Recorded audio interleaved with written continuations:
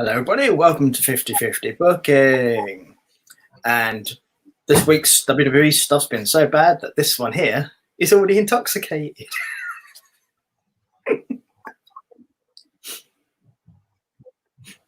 Did you watch Monday Night Raw on repeat? Admit it. You did, didn't you? I watched Miz's entrance on Monday Night Raw on repeat. That would do it. That would definitely do it. So it's my highlight of the week. Yeah, obviously we're going to review all the shows, but we're also going to do predictions for NXT in Your House, which takes place tonight UK time, but obviously during the early evening in the United States. So I'll be sharing our thoughts. Those predictions we'll be doing at the end of all the reviews. So we're going to start with Raw first, like we normally do. You know, in other words, get the bad one out the way. Rematch Raw. Yep. So, yeah. And Monday Night Raw began with the longest promo in the history of promos to introduce the participants in the Tag Team Battle Royal. Yeah. Okay, bro. Viking Raiders, T-Bar and Mace, Lucha House Party, well, half a Lucha House Party, New Day, and John Morrison in a Tag Team Battle Royale. The only thing about this was Miz's entrance. Yeah, there's two things about. Well, there's three things about this. One, Miz's entrance is just Miz's entrance. It's Tag Team Battle Royal, right? For a tag team to win and earn a title shot, right? You just mentioned it there. There was only one half of the Lucha House Party, and there's obviously Morrison. Neither one of their partners were in this match. No. So those two are at a disadvantage anyway. Yeah. I mean, the Battle Royal itself was just a showcase of the tag team division. I did like the fact that they started it off with Randy Orton and Riddle RKOing three of the superstars, like taking it in turns. It was a bit like, oh, okay, didn't see that coming, but it's nice to show that they're still working as a team, I guess. It is. I mean, to be honest, they got the best shine out of this match, but I do think it was right they didn't win it. Yeah, it's too soon to get a title shot for them. It would just be like a rocket up their behinds, and it's not something that any of us really want to see right now. Yeah, it's far too soon. Yeah. I mean, they've beaten a few people, but they haven't beaten any of the major players in the tag team division. Yeah. So, but what I would say is with the entrances, why have AJ Styles introduce everyone with a 16-minute promo? Because that's what it felt like, a 16-minute promo. Rather than just give people entrances. It felt like just... It felt like they was trying to sense us into a fucking lullaby before the match had even started. Yeah. I mean not being funny, you could have given anyone that promo to have done this, and everyone would have failed at this. It's not AJ's fault. This is just bad. Yeah, I mean, you say it was like a showcase of like the tag team division, and it was, but it was also like lazy. They were all in the ring already at the start of Raw, basically. Yeah. AJ came out, shot the 16-minute promo, and then gets interrupted anyway by Miz and Morrison, and only one of them's competing because Miz is injured, of course. Yeah. It was just. I mean, I like the Battle Royal. Who doesn't like a good Battle Royal? But yeah, it just seemed kind of unnecessary. Yeah, the problem with Battle Royals, though, and this comes from an interview I saw a while back, because when you think about what I'm about to say to you guys, you'll realise how true this is. Literally, a Battle Royal is, with the wrestlers that are in there, apart from if you're focused on, like, to do, like, a big elimination spot, it's pretty much forearm, forearm, forearm, forearm, forearm, forearm, forearm. Yeah. I mean, the one thing that did surprise me, that the Viking Raiders actually got the victory. I actually liked that. I'm quite happy about it as well, because they've been underused so much recently. Also, it was an actual tag team. Yeah, not a makeshift one. which was nice. Yeah, I actually like that as well. Yeah, that was like an up for me. Definitely. Yeah, just also you bear in mind that now gives them a match eventually against AJ and Omos. Yeah, which should be quite interesting. Yeah, especially with the fact that like the Vikings have actually got quite a lot of strength and power behind them. Yeah, and like, even in AJ's promo, he said that he wouldn't mind facing the Viking Raiders because he'd like fight them all over the world like he did in New Japan. Yeah, which he did. So yeah. So, I mean, if we get matches to the caliber of what they did in New Japan, then sure. That'd be nice. Yeah. But one, this is WWE, and two, you got Omos. And no offense to Omos, he's not experienced enough to be doing that kind of a match. Yeah, he's not to the ring class that they are. So my thoughts on this is they may have got a championship match, but it's going to be a pants match. Yeah, I mean, what you'll probably find is you'll get AJ and the Viking Raiders trying to make chicken salad out of chicken shit. But the problem is you've got Omos, who's so green, there's not a lot he's going to be able to do in this situation. I don't even blame Omos for this either, because, you know, if you've got that limited experience, what are you going to do? I mean, this comes back to the whole casting and booking side of things on my part, because I believe that if you'd have put Omos with Apollo Crews and put Babatunde with AJ Styles, you'd have had a much better tag team, and you'd have had an actual bouncer figure who was like used as a bouncer in Raw Underground with Apollo Crews. Yeah, and if you had Aziz with AJ, you've also got someone with him who can actually wrestle and has done so. Yeah. And shown on like numerous occasions instead of standing by a door in the underground. Yeah, but I mean, I do agree. We didn't have the Nigerian nail, but who cares? Babatunde is dangerous enough, or Aziz, you gonna call him. Yeah, you can get your favourite thing to call about where he holds the spear upside down. Yeah. Because we all know how much you love that one. It kind of made me laugh that Michael Cole called Apollo Crews the pride of Nigeria. I was just like, yeah, only on Fridays. Yeah, for 2 hours only. Yeah. For 2 hours and 2 hours only. We give you pride of Nigeria. And maybe the occasional pay-per-view. Yes. Oh, but yeah, the Viking Raiders won the Battle World, which is great. Unfortunately, the next thing I have on this list is not great. Charlotte and Rhea segment? Oh, okay. I was talking about the next match I have on my list, but yeah, I decided on a tag team match was a bit okay. When we get to the tag team match, we'll talk about that then, to be honest, because I've got some things to say about this tag team match.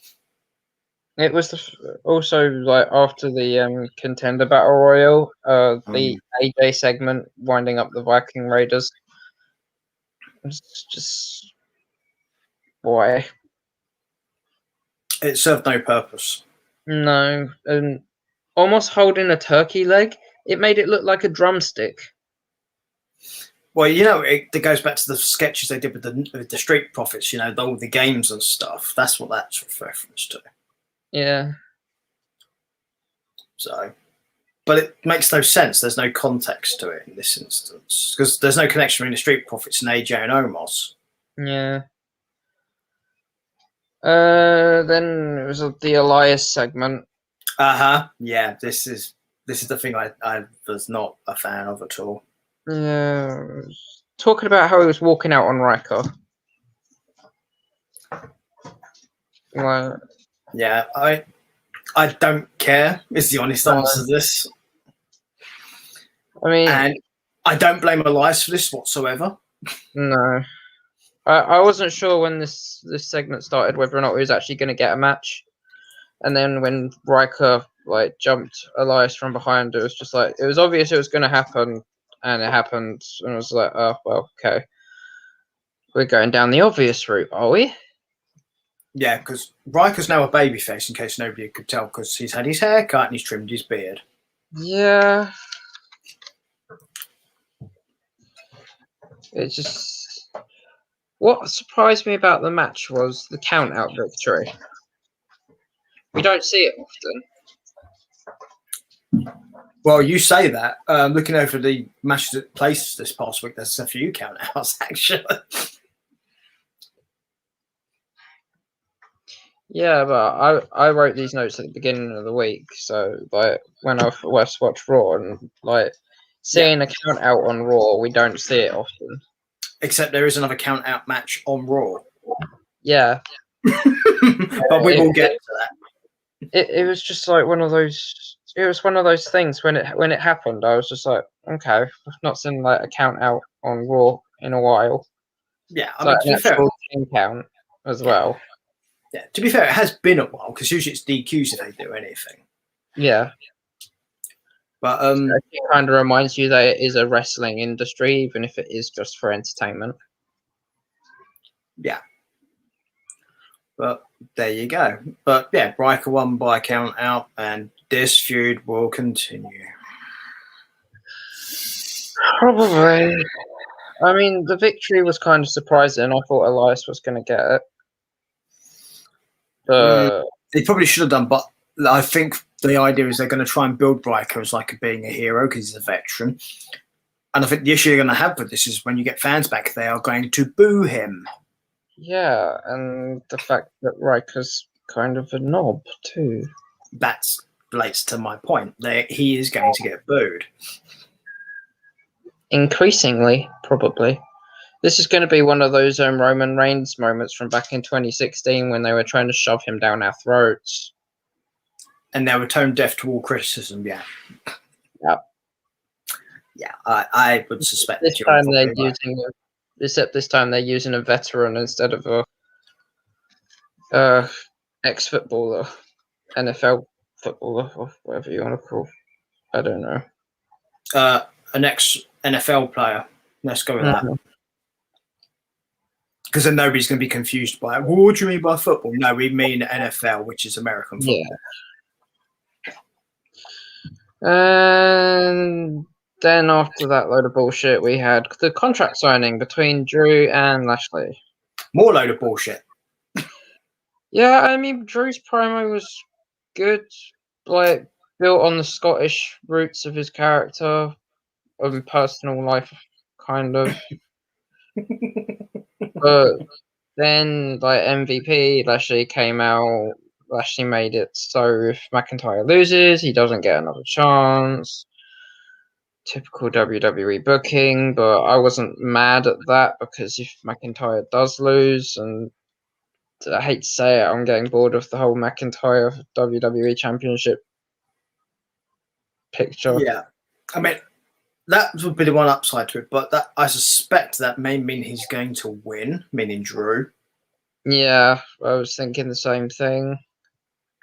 Because that's the kind of stipulation where if you're going to have somebody not challenge for the title, then you need to have other viable contenders for them, and they don't have any right now. No, they released one of them. Oh, yeah.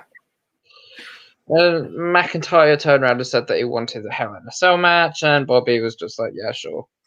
There was no hesitation about it either. Which was that's probably because, like the rest of us, Bobby realised the next pay-per-view is Hell in a Cell, so it's probably going to be a Hell in a Cell match anyway. I mean, the only thing that I liked about this whole contract signing malarkey is Drew actually cut a table in half with the sword. I was just like, okay, the sword has more than one use. Yeah, this is what I'd say about this whole segment. Drew was the best part of this because Drew tried to do something with this. The rest of it was trash. Yeah. Even cutting a table in half with a sword, as good as the visual it was, it did not save this. This was bad. Yeah. But credit to Drew for trying something. Yeah, I mean,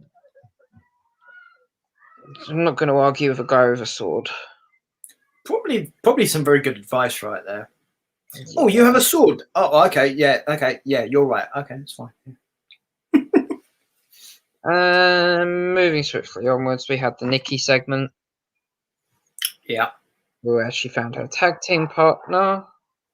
You'll never guess who it is. Yeah, surprise, surprise, surprise. Yeah, I mean, one of my many complaints about this coming up. Yeah. If anything, I would have preferred somebody like maybe like an upstart from NXT, like her asking like somebody from that like NXT to do something.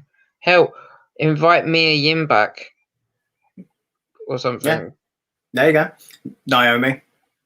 Yeah, I mean she's not busy with Lana anymore. Yeah, there's a few people that could have gone to. When she said about she thinks that she's a superhero and everything like that, I was just like, superhero? Who the fuck in the women's division is a superhero? And then Oscar turned around and was like, I'm not sure superhero is the right word, but she is more of that kind of ilk. Yeah, but Nikki used the word superhero, and I was just like, wait, are we having Molly Holly back for a night or something? And then, well, there you go. That would have made more sense. Yeah, and I was just like, oh, Oscar. And I would have liked that too. Okay. Yeah, give me Molly Holly the match. I don't have a problem with that. That'd be good. Yeah, I mean she's still under contract as well. Yeah, I mean I don't have anything against Asuka, just to be clear. No, me neither. But great competitor. Not for this. No. So. Then after that brief moment, we had Humberto versus Ricochet. The other count out. Yeah, #1 contendership US title match. Yeah, you know, and we all know this is going to lead to considering what happened, don't we? A triple threat at Hell in a Cell. And it was a double count out as well. Yeah. And they called it a draw. Yeah. A draw. That's not a draw. A draw it is actually considered a draw. But it's a double count out. Double count out and draws a different thing, isn't it? No, because they both got counted out, so nobody won, so it is actually a draw. I've never heard it be called a draw before. I thought it was because people usually won't refer to it as that matter. But if you're both disqualified, if you're both counted out, or you both pinned and you both submit, that's a draw. Because nobody wins. But I mean, yeah, it sounds weird when you say it, but it is a draw.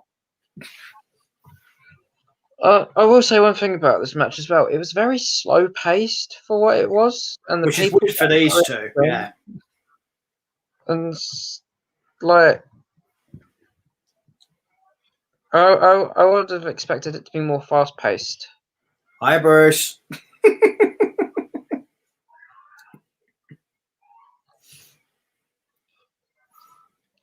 Yeah, I mean that was weird for this. I mean.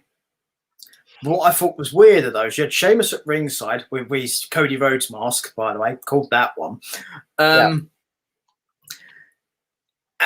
didn't get involved.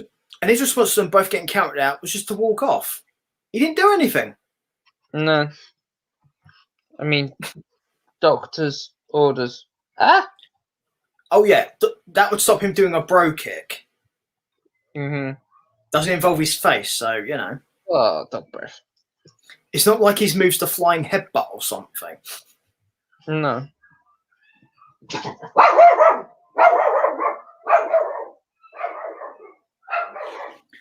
So, but yeah, as I said, I'm pretty sure this is triple threat, going to triple threat territory. Yeah. Because they've all been beating each other, so. And stealing each other's shit and causing distractions. Yeah. I mean, if they make Sheamus stack him and pin him like Roman does, I'd be like, that'd be funny. I'd like to see him bro kick both of them at the same time. That'd be amazing. Yeah. Although if he could bro kick Ricochet when he's doing that 630, That'd be brilliant. Yeah, that'd be all about timing though, like Evan Bourne getting RKO'd by Randy Orton while doing by no means is that easy to do. No, that'd be interesting to watch. Oh yeah. But you mentioned it there. I mean, Matt Sydal as he is now, the Evan Bourne of WWE as he was then. Yeah, that's an example of how to do that flawlessly. But it is very hard to do. I mean, it's like Adam Cole with some of his super kicks in the past. When he had his match with Johnny Gargano, and Gargano tried to do his slingshot spear, and Cole super kicked him right under the jaw. He's done similar things to Ricochet as well when they had matches. Yeah. So yeah. So we know Ricochet is capable of this. Mm-hmm. It's just whether or not Sheamus's timing will be on point. And also, there's a third cog in the match if it is a triple threat, like I suspect it is, and that's Carrillo, of course. Yeah, I mean, it could be the reason why Sheamus may lose his title. He blow kicks somebody, and then the third person does a high flying move on the pair of them and pins the challenger, something like that. What you could always do though, if you want to keep Sheamus strong, is have him bro kick one of them and have the other one throw Sheamus at the ring and then pin the guy who's just been bro kicked. Sounds like something Ricochet would do. Yeah, it's a finish WWE have done before as well, so it wouldn't be that out of character. Baron Corbin does it a lot. Yeah. So not out of the possibilities, but yeah, that led to a double count out. And as we said, we both suspect this is going to be a triple threat match at Hell in a Cell. Yeah. I mean, I'm not against it either, to be honest. It'll be a good match. There are worse things it could be. Yeah, absolutely. It'll probably be on the kickoff. Again, probably not the worst place for it either. No. So then we had Kofi and MVP segment. Yeah, well, these two can talk for days, so I don't have an issue with these guys doing promos. I think they're both very good at it. I mean, I liked this. I'd be interested to see where it goes. It worked better than Drew and Lashley's contract signing, put it that way. Yeah, and I don't know. I don't see WWE splitting up Kofi and Xavier anytime soon, but I've been wrong before. Well, the thing is, the faction doesn't necessarily have to split up to go off in their own directions and do stuff. It does happen. Yeah, not necessarily too often in WWE, but it does happen. Yeah, and Woods has been showing a lot of promise in singles competition lately. Well, Woods is a very good wrestler, single. It's just people, when thinking WWE, you don't get to see it because he's normally in a tag team. Mm-hmm. Speaking of somebody, situation as Big E. Yeah, speaking of someone who used to watch Xavier Woods in TNA when he was Consequences Creed, if you saw any of those matches, you'd know how good a wrestler he was. Yeah.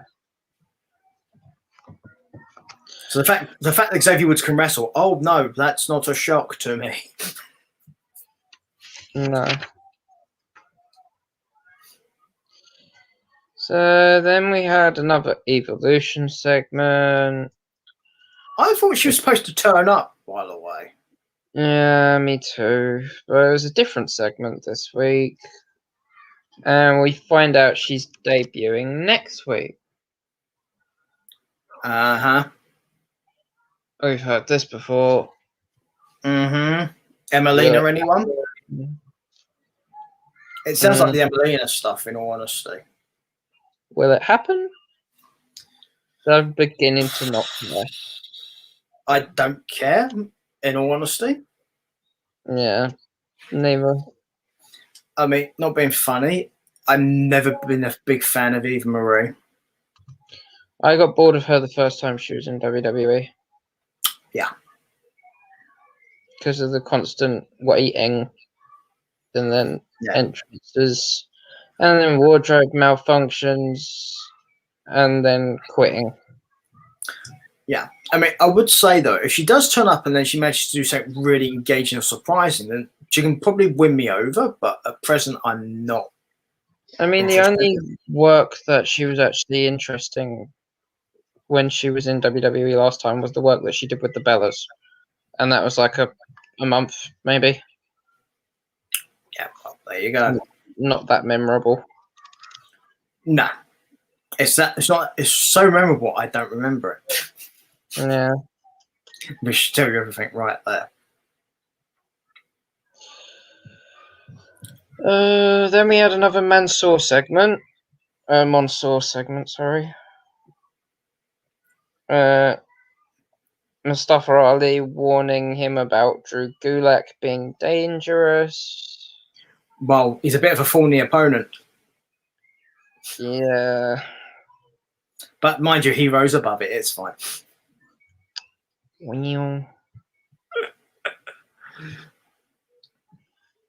So yeah, we had that. Really thorny victory. Yeah. See, so but the next match I have on my list is Jeff Hardy and Cedric Alexander. Yeah, I mean, it was good to see Jeff back on Raw. It was. I like to see Jeff, in all honesty. Cedric calling Jeff a former great was a bit out of line, and Cedric ate a few turnbuckles for his troubles. Yeah, it's one of those things you can get away with in front of no fans. If he'd done that in front of a packed arena, he would have been mercilessly booed. Because fans like Jeff, so there's an issue with that. Yeah, I mean, when I saw this, I was just like, WWE are either pushing Cedric or they're trying to bury Jeff Hardy. I think it's probably the latter. And it's probably both.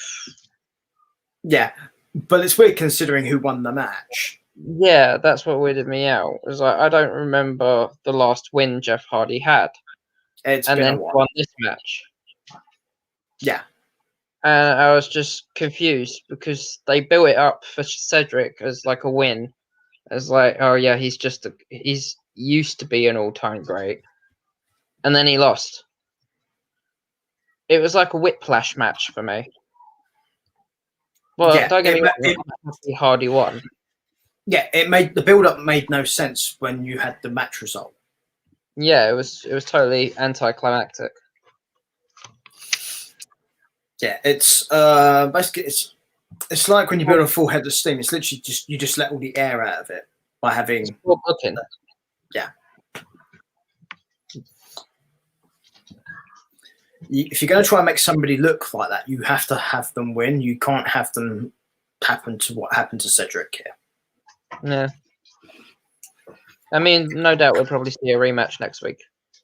Oh yeah, and probably the week after. It'd be interesting if Hardy and Shelton team up against Cedric and an opponent, like Cedric and a partner of his choosing. So that means Shelton and Hardy have tagged before.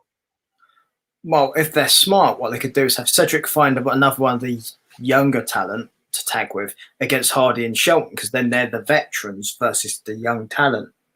And then they could possibly look at having Cedric and his partner going about, we're making ourselves known, we're the youngsters, you're the has-beens, blah, blah, blah. Yeah, I mean, like, I'd say Shante Diadonis, but he's now part of Hit Row. Yeah. So can't really do that. I'd say Mustafa Ali, but now he's got this thing with Mansoor, so can't really do that. Well, you could. Well, you could actually. I mean, you could, but it's one of those things. I'm not saying you should. I'm just saying you could. Yeah, I mean, you could say Ricochet, but he's after the US title at the moment. Yeah, it's just going to be one of those things, like where hopefully Gaza. They find somebody to stick with him. Angel Gaza. I don't know. I can't see it. But he's not tied up in anything. Yeah, I guess he's kind of through with Gulak. Through the shorts, through the briefs, and through the fawns. Yeah. He's had enough of Gulaki's just rose above him. He's been through a lot. Yeah, he blossomed.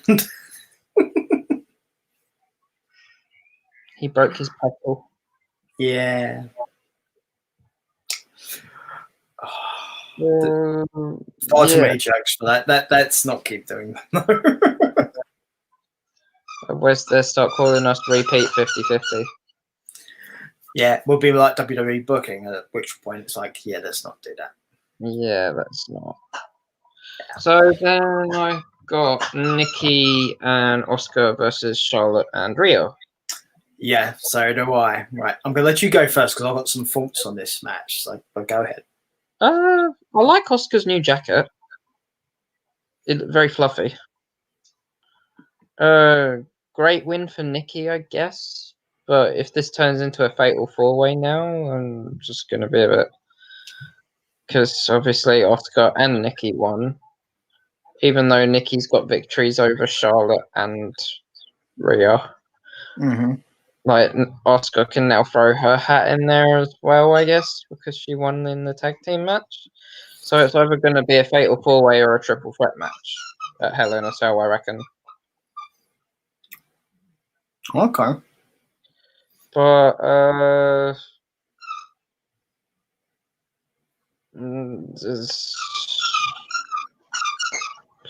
don't know. These three women, like, four if you include Oscar, are great. But this match just wasn't. Yeah. That's the thing about this match. I think it did nothing for any of them.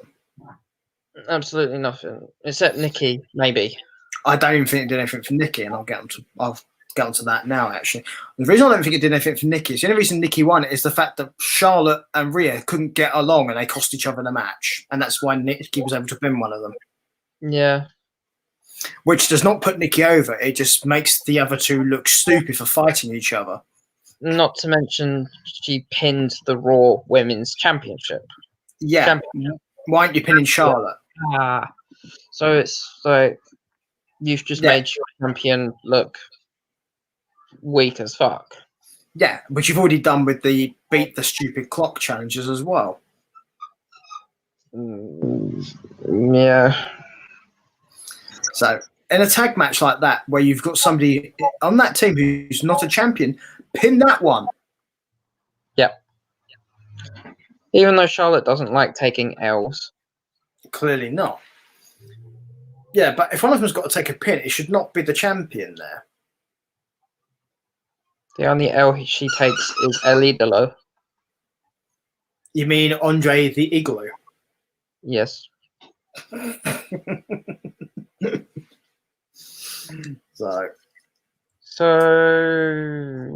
yeah, that don't really have much else to say about that match except disappointing. To me, it was a waste of time. That's the honest answer to this. Yeah. It's nice to see all four of them on telly and get in matches, don't get me wrong. But they could do so much better with all four of them. Yeah, they really could. Especially Nikki. Yeah. Agreed. I mean, if we don't get like Nikki in this Hell in a Cell match after like the past 3 wins, like even though they're not like proper wins, like in my opinion, then it's just a waste of her being in this storyline altogether. Yeah. It's obvious booking for her to be put into this match, but if she doesn't, it's just stupid booking for not putting her in the match in the first place. Yeah. The story they're telling, the way they're telling it, is telling everyone we're going to have Nikki have a title match as a result of this. Yeah. So, yeah. And I wouldn't be opposed to seeing her hold the championship. It'd be nice. It'd be something different. Yeah. Be nice to see a Scottish women's champion for a change. It'd be nice to see somebody who you wouldn't necessarily suspect, and obviously somebody who's got a lot of talent and has been completely criminally underused. Incredibly so. So, but we'll see what happens with that. I'm not going to hold my breath waiting for that because I suspect that ain't happening. No, you and me both. I mean, like it, but I don't think it will. Yeah. So next, you got Mansoor versus Gulak. Yeah, the right person won this. Yeah, and I mean it was a good match. Yeah, but I don't get why it happened. No, it made no sense. I mean, you had like the earlier segment with Ali saying not to trust Gulak and all that stuff. I mean, they kind of tried to make it make sense with that, but it doesn't really do anything to help. If Mansoor like accidentally bumped into Gulak and Gulak threatened him like before the Ali and Mansoor segment, it would have made sense. Right. But they didn't. They just did the Mansoor and Ali segment, and we didn't even get a reason as to why this match was happening in the first place. Yeah, it's a completely cold match with no build up. Yeah, like if literally 5 seconds like flashback to earlier in the day when Mansoor bumped into Gulak in a hallway or something, and Gulak just lashed out and said, "I'll see you in the ring tonight" or something. Something like that would make perfect sense. Yeah, you need a 30-second bit you could have put on the program. It's easy enough to do. Yeah, I mean they do it all the time with other bits and bobs. Why couldn't they have done it here? It was just lazy. Oh yeah. But Mansoor won this match, for those of you who obviously don't know. Yeah, it was actually a good match. Yeah. Then Riddle versus Kofi? Yes, that's what I have, yeah. Yeah. Okay, bro, have merch. That's a good thing for me, because sometimes you'll get these teams form like this and they just won't capitalize on it. WWE, as far as merch goes. I mean, they've actually got into this fairly early for WWE. Yeah, I like the t-shirt, but I like the hoodie more. That's fair enough. Because the hoodie actually like looks pretty cool. It's got a viper with Riddle's stallion hair on it, wearing a baseball cap. And Randy wore the hoodie, so like it's actually pretty cool. And I liked Riddle's part that he said. He said, "I'm wearing 2 shirts because Randy doesn't wear shirts." he's wearing his and he's wearing Randy's. That's fair enough. It's just like you don't ever see Randy Orton really wear shirts, do you? I've seen it a few times, but it is rare. It's like Hall of Fame, and that's it. The rest of the year, it's just like. Yeah, I mean, he did it in a couple of segments, probably about 2002 in the early 2010s, but that was about it. Yeah, like when he's at home, when he did that Triple H's homecoming segment, where Triple H broke into his house. Oh, you mean one of the worst segments ever? Those things. Yeah. Brought to you by Bruce's butt. Yeah. It's probably where the idea come from, out of Bruce's butt. Get down.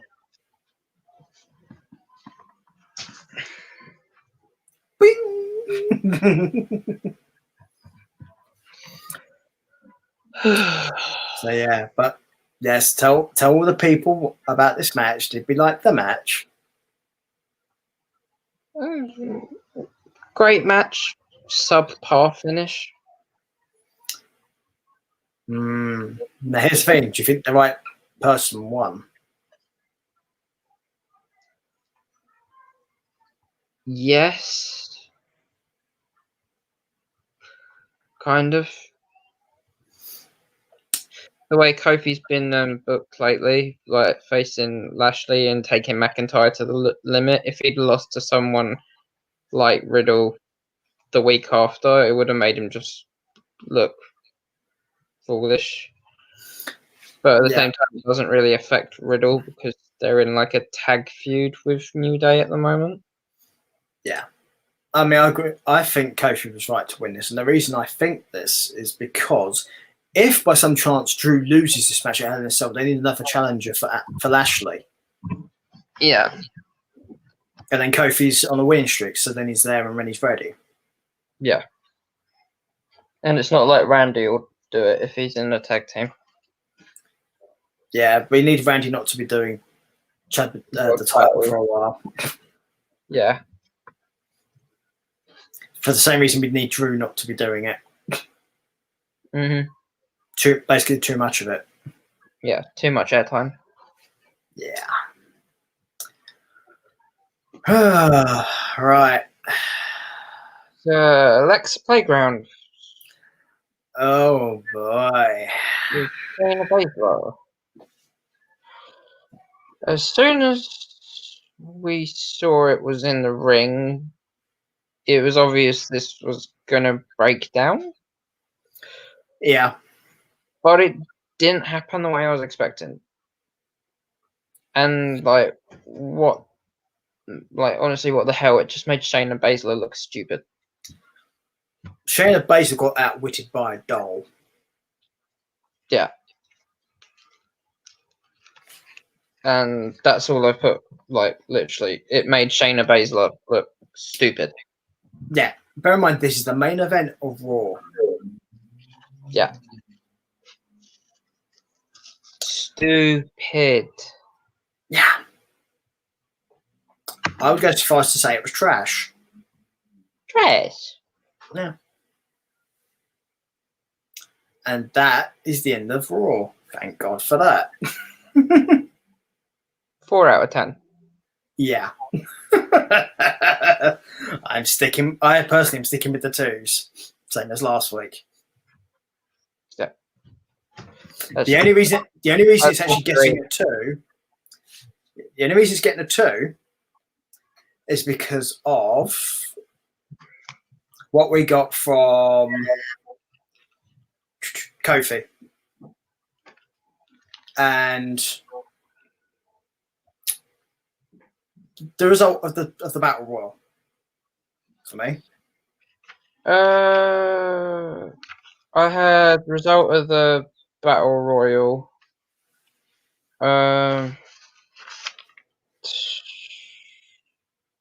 The Jeff Hardy being back, and winning his match. The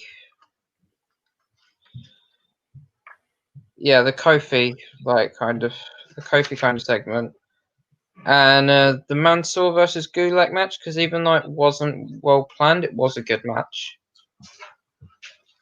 Yeah, I can understand that. I'd say 3, generous 4 maybe. That's fair enough. I mean, the thing is, what everyone's got to bear in mind is these are our opinions of what we think these are. Everyone's entitled to have their own opinions. And you've been watching WWE longer than I have. So, yeah, but we judge things differently as well. Yeah. So there is that. That's it. All set. So now we are now on to NXT.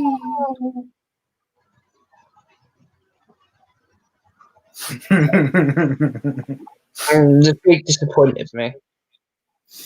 I had a suspicion that it might have done. I mean,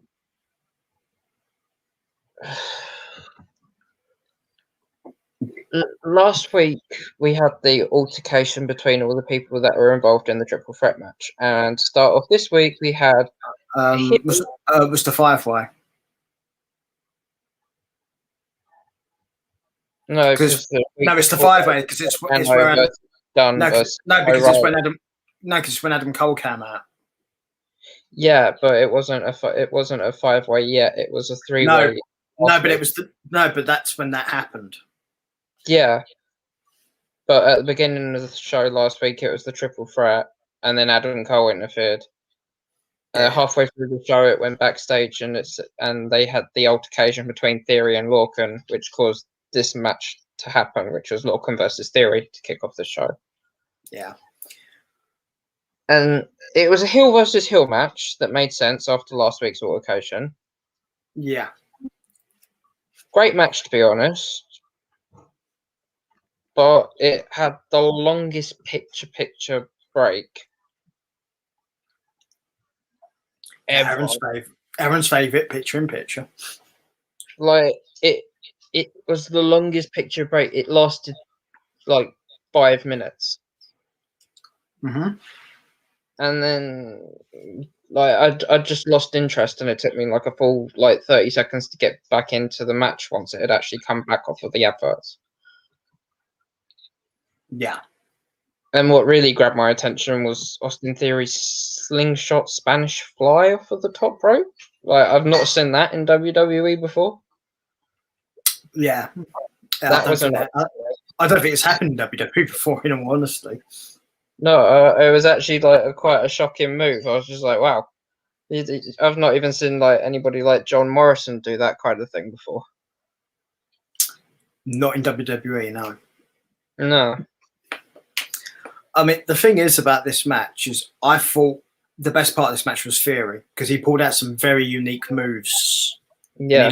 He looked very good, which is good for Theory, because I've not seen him do that well with some performances put in, but I thought he did very well in this match. Yeah, I mean, I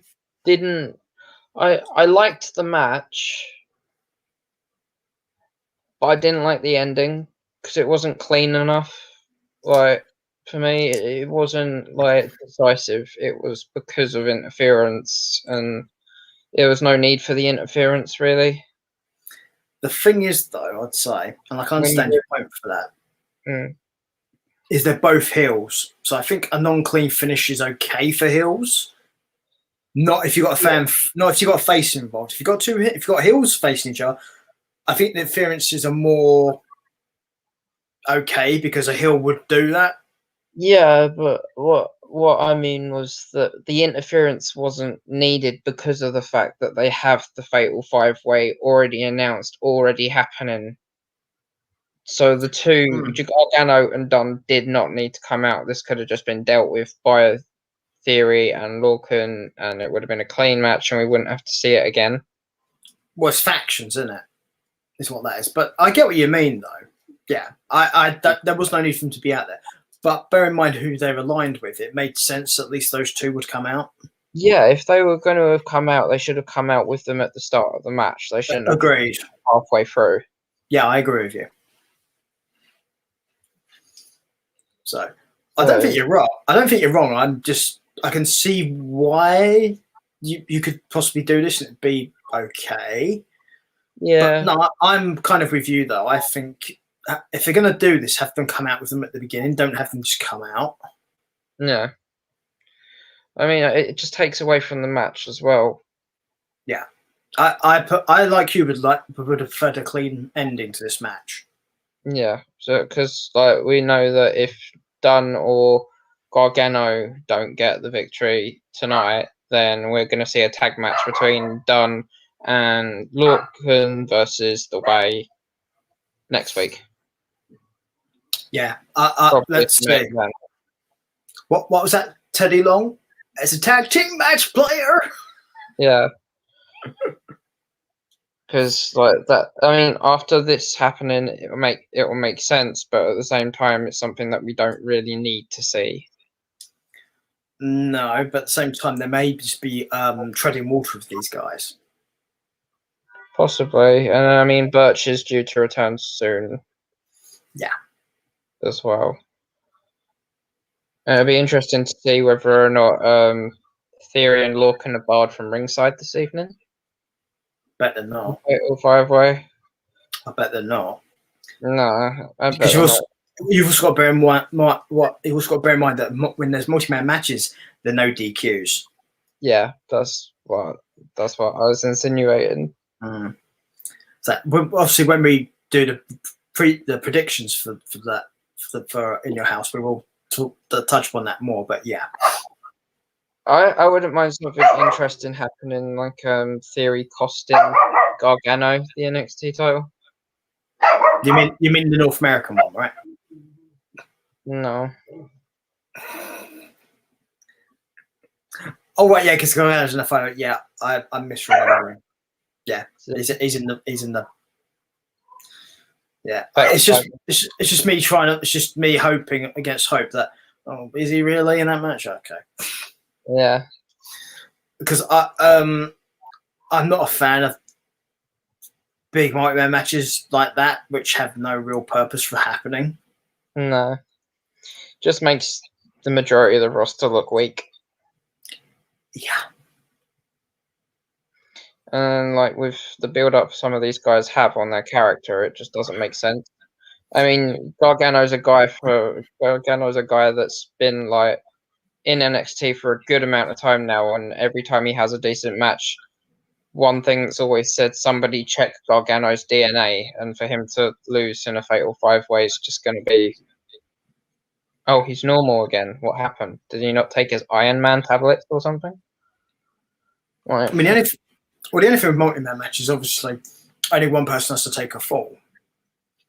And there's a couple of people in this multi-man match I think are in there possibly to take the fall. I just hope that it's not Kyle O'Reilly, Pete Dunne, or Cross. Well, when we get to the predictions, we will touch upon who I think it's going to be. So. But anyway, so next thing I have is Isaiah Swerve Scott versus Killian Dane. I had something happen before this. The In Your House segment by Doc Hendricks. Oh, I skipped that deliberately. Why is he back? Like, I get it. He was like original In Your House, but I think that's what it is. In all honesty, to me, this is why I skipped it. It was pointless. Yeah. Michael Hayes, people. Michael Hayes. Yeah. The Legado segment.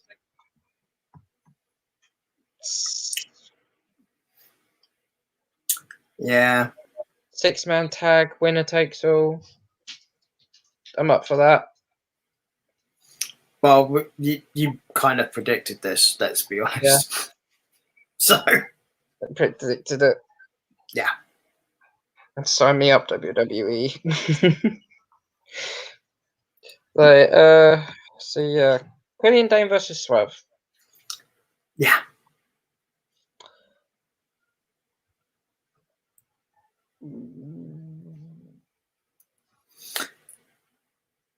Me personally, I think the wrong person won. It's simple as that. For those who didn't see it, Scott defeated Dane.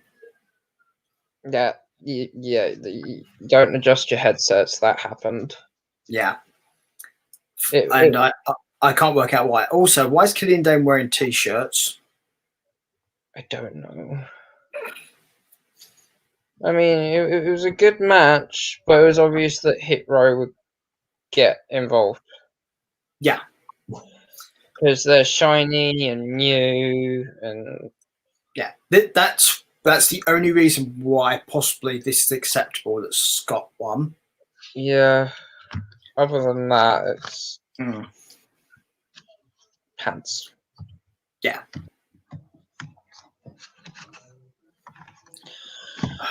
Yeah. Ow. Really? No. Yeah, Bruce. Good going. Bruce is trying to get over, I think. He's trying to get booked. I just cracked my knee with my own phone. Well, that wasn't very clever. No. I got my phone on charge because it died. Ah. Kind of like WWE's creativity. Very true. There is something we're going to get on about WWE in a bit, by the way, and that's the Triple H call that took place this week.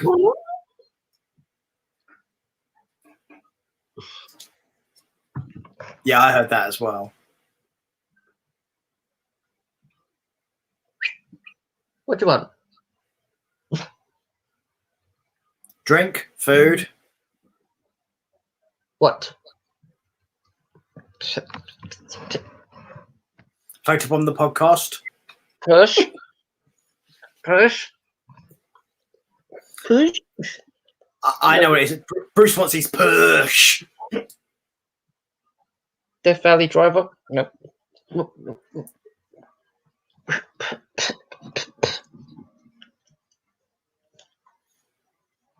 Yeah, somebody wants their push.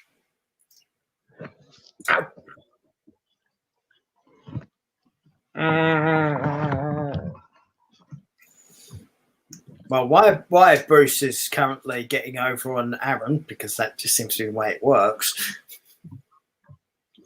The next thing I have is Martinez. I had the separate like Grimes and LA Knight segments where both like said why they should be $1 Million Man and bull crap. I was going to save that until we got to the announcement of the match. Yeah. Which why I didn't put it there. But what about Indy and Candice, both bad mouthing Poppy? I have a later bit for that, because there's a different part that happens, and that's why I didn't put that there. Yeah. Because segment. Yeah. Now, here's the funny part about this match. Nowhere has the name of the competitor she fought. They always list the competitor as local talent. Nobody has a name for her. No. I mean, this was brutal. Yeah. Like, Xia Li and Mercedes going at it. Yeah. All kudos to this local competitor for taking this, though. Yeah, and then Mercedes just got in the ring anyway after throwing Xia over the barricade. Jumped in the ring, told the ref to ring the bell, and Fisherman busted the hell out of the local talent. Yeah. And won the match in like 5 seconds. Yeah. Like, it just made Mercedes Martinez look like the badass that she is. It does, but I do have an issue with this as well. And the reason I have an issue with it is because of the match in your house. Not the local talent. I thought the local talent did a really good job here for her. It's what happened with Xia Li. What? Because if you're going to do that to Xia Li, if you're Martinez, right? Okay. You're then going to face her at the pay-per-view. Yeah. Right? They've basically booked it so to make it look like Xia Li's trash. Because you couldn't do enough damage on her to make her struggle in the match she was going to have afterwards. Yeah, but it could also work in the other way as well. It could make it look like Mercedes is like on a total up. They want a movable like object versus the like whatever you want to call it, mountain versus mountain or whatever. Too heavy. You mean the old statement, the irresistible force versus the immovable object, that one? Yeah. I get that, but I think this does make Xia Li look weak, though. That's the issue I have with this. Yes and no, because Xia Li was standing up afterwards. She wasn't on the floor hurt. She was standing up and she was just staring daggers at Martinez. Sorry, that's not the bit I mean. It's the fact that Xia Li attacked her and it seemed to have had no effect on Martinez at all. That I have an issue with. It did, because she was crouched in the corner of the ring once she threw Xia over the barricade. She crouched in the corner and waited. But then she went onto the match and won it in 5 seconds. That's my issue with it. If you're going to have something happen like that, you should struggle with the match afterwards. You shouldn't be beaten in 5 seconds. No, I get what you mean. So, I mean, I get what from your point of view, what you're saying, and you may have a point. But for me personally, I think you make Xia Li look bad by doing this. Yeah. No, I agree. I agree with you. I agree with you. Especially considering they're now going to have a match. Yeah, I'm surprised this match doesn't have a stipulation. Although Xia Li is going to be accompanied by I don't remember the name. Hanshaw. So, it's something like that. I don't remember this. I would have thought this would be a no DQ match. Well, you'd think there'd be something to it. I do agree. Yeah. I mean, maybe they'll announce something late when the show starts in the pre-show, maybe. I mean, part of me is hoping that if Mercedes loses, which sad to say, I think but will. But don't have to do the prediction part yet, because we're not there yet. I'm not predicting anything. Yeah, I'm just saying. I think that if something like that was to happen, like the stipulation be she has to join Xia Li. They form a tag team and they dominate, which should actually be really cool. Because they're both heavy-ass, badass women, like striking-wise and outside of the ring as well. Yeah, I can see that working. It's also something I seem to remember you've mentioned before, possibly being a thing too. Yeah.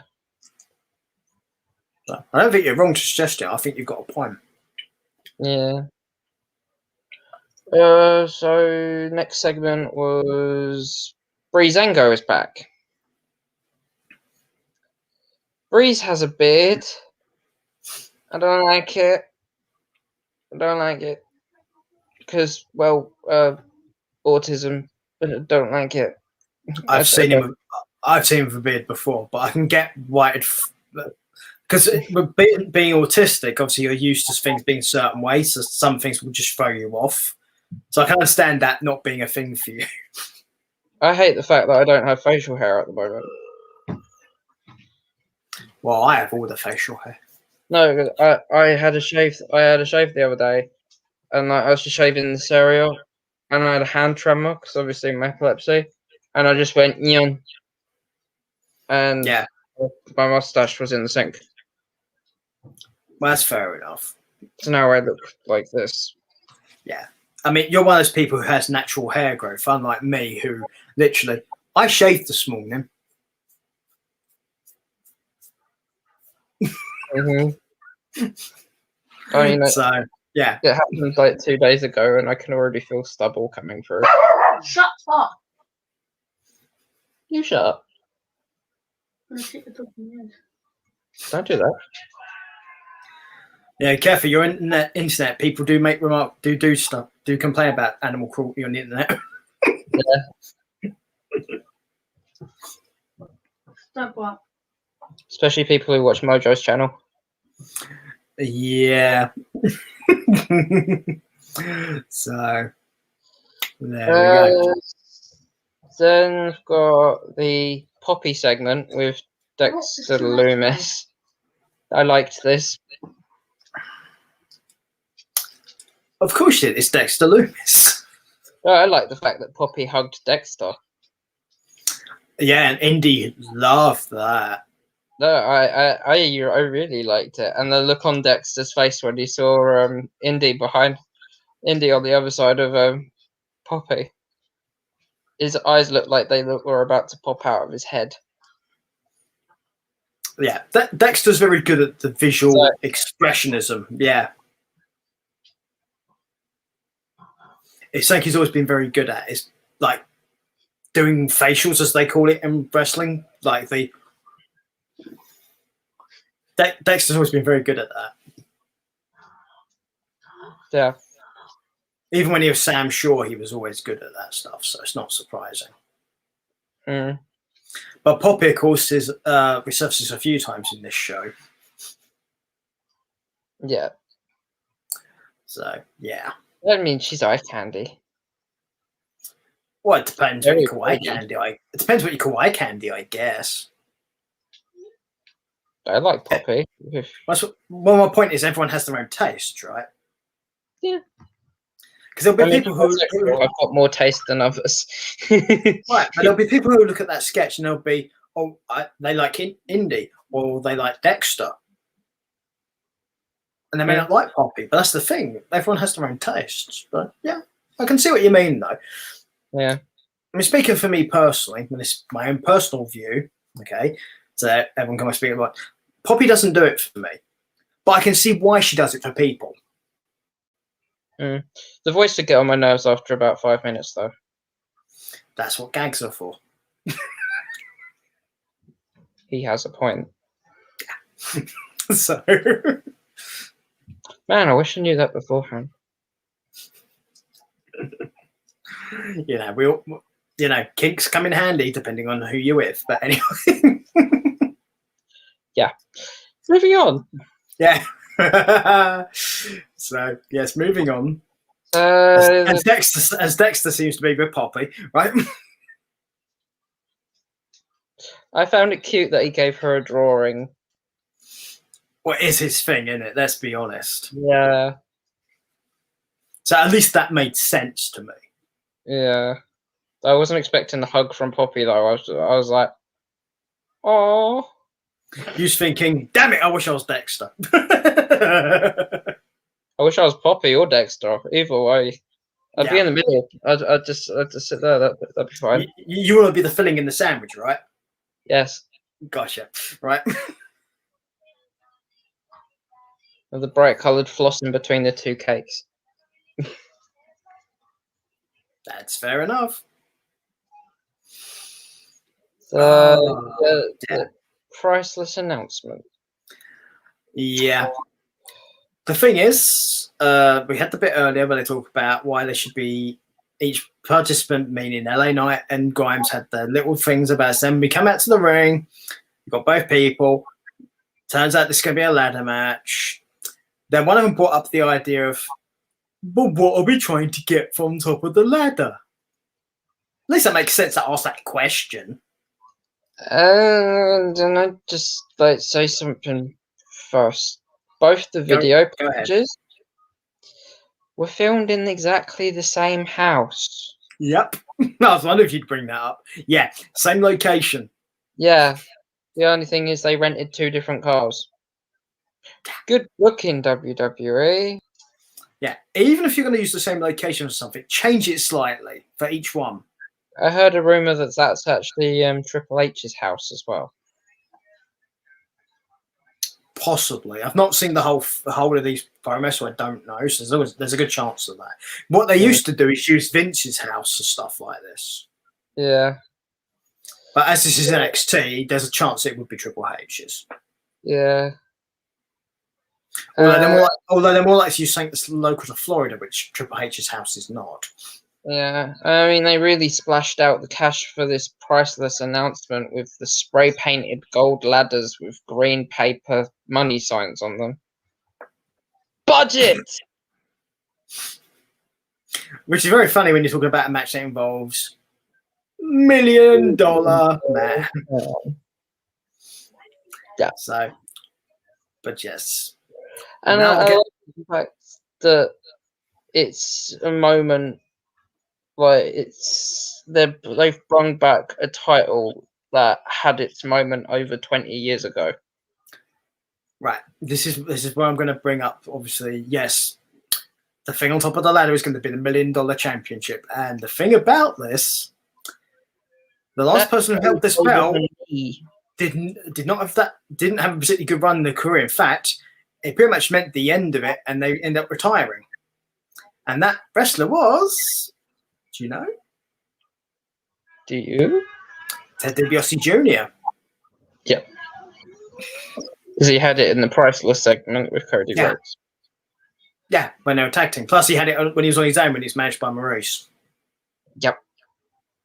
And his whole entrance was, I came from money, I came from class, blah, blah, blah, blah, blah, blah, blah, blah.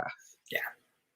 So, but I do like the fact that they're trying to get the $1 million title from the ladder, because if it's a match that involves Ted DiBiase, that at least makes sense to me. Yeah. as opposed to getting a contract or getting a briefcase. Having that belt up there is very much a DiBiase thing, so it makes sense at least. Yeah, I mean, if they actually treat it like an actual championship instead of just a quirk or something. Because if they take this up to main roster afterwards, I don't see where it's going to go. Well, here's the thing with that. For those of you who are old enough to remember, if you go to the original run with that belt when it was Ted DiBiase Sr. that had it, it was treated that way. Yeah. It wasn't officially recognised, but it was still treated like it was a legitimate title. It just wasn't a sanctioned belt. Like, in all fairness, WWE has more than enough sanctioned titles or belts right now. Yeah.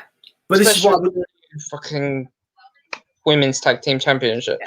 But this is why. But this is why I wouldn't mind this belt being around, because if it's not officially sanctioned, so it doesn't really matter. Kind of like the 24/7 championship that we haven't seen in weeks. True, but I still think this belt's more valuable than that potentially. Well, of course, it's worth $1 million. No, it's $750,000 actually. That's how much it costs to make the belt. Wow. Yeah. Couldn't splash out for like one ruby on it just to make it $1 million. Yeah. Bear in mind that's when the belt was originally made back in, I think it was 88. So it's probably worth over $1 million now.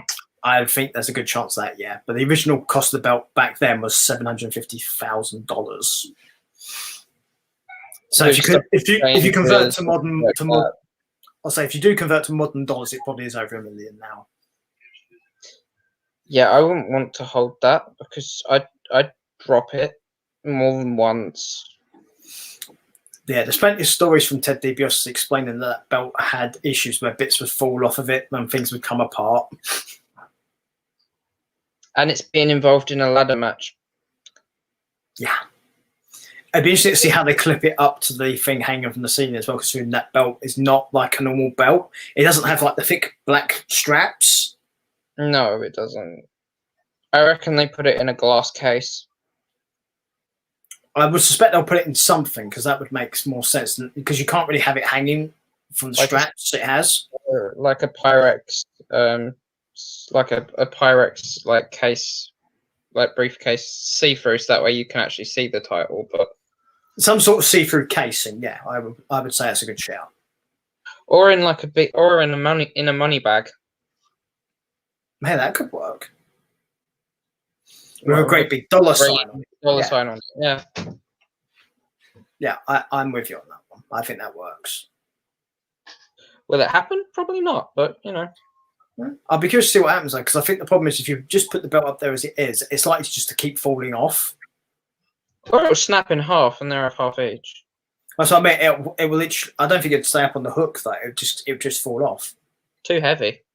Which surprisingly happened in some TNA matches with the old X Division title when you used to have Ultimate X matches. Because until they refined the thing to hook out properly, the belt used to keep falling off. Yeah. Falling off like Triple H and Vince McMahon's social media relationship right now? Apparently so. You mentioned it earlier, so you can mention it now if you like. Yeah, apparently Triple H has blocked Vince McMahon on social media. Yeah, I'm actually a big fan of this if this is true, because this would be hilarious. Yeah. Quite interesting. So I'd be interested to find out what social media it is. I just know it's one of them, whether it's Twitter or Facebook. If it's Facebook, that's hilarious. It's probably Twitter. Probably. Because Twitter's the one they tend to use more. Yeah. So, should we carry on with the action? I know that you'll probably like the next match. Oh, you mean the vets? Yes, I did. It was a squash match. Yeah, but to be fair, if you're going to do squash matches for people, these are the kind of ones you do for this kind of a team. I mean, I'm not gonna lie. It highlighted Gray and Jiro as well. Yeah. I mean, but to be honest, I knew like everyone else, GYV was gonna get the win. Oh, everyone knew who was going to win, but you can do a squash match and still make everyone look good from it, and this was an example of that. Yeah, I mean, even with the distraction from Ciampa and Thatcher, Which we knew that was going to happen. That was obvious. Oh yeah, I mean they barely did anything, but it was obvious that it was going to happen. Yeah. So, but yeah, I do agree. I think Gray and Giro both got a lot out of this, as well as the vets did. So I think this match did very well for everyone. Yeah, it was an all-round good match. Yeah. And to be honest, if you're going to have a squash match, this is what you want to do. Because if you make the underneath talent look good, it makes the team, the established act, look even better. Yeah, because like it doesn't affect them either, because August Gray and Ika Majiro are not like constantly on NXT anyway, so they just go back to 205 Live, and we won't have to worry about them. Yeah. I mean, if I watched 205 Live like I used to, then I may be a bit annoyed with the fact that like they was squashed in a match if I knew how talented they were, but I don't watch 205, so I can't really comment. The thing is, though, when you've got talents like that, if you're squashing a match against the right opponents, then it's okay. And I think the vet squashing people is okay. There are certain acts that should never be doing squash matches, but I think the grizzled young vets squashing people is actually okay. Yeah, I guess. But as I said before, it also made them both their opponents look good as well. Mm-hmm. So this to me is how you one of the few ways you can do a very good squash match. Yeah. Simple as that. Next thing I have relates to what seems to be the point of all the Poppy stuff earlier. Is Poppy gets called out by Candice LeRae. And Poppy says, right.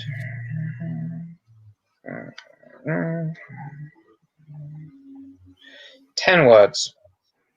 I don't wrestle, but I know somebody who does. Yeah. Want to take a guess? And we've got the genius of the sky back. Yeah. I was going to say, it was kind of obvious. I thought she was still out on injury. I hadn't heard that she'd been cleared for ring competition. So when her music hit, I did get like that. Oh wait, what? Oh, she's back. Yeah, I mean, I knew she was cleared, but it wasn't common knowledge, so I wasn't sharing that with people. And besides, sometimes it's good to let people be surprised by something. Yeah, I mean, it was a nice surprise, and she got quite a pop as well. She should do. She's very good. I mean, Poppy got quite a pop too. From you, yes, we already established this earlier. You popped for Poppy, I saw. No, I mean,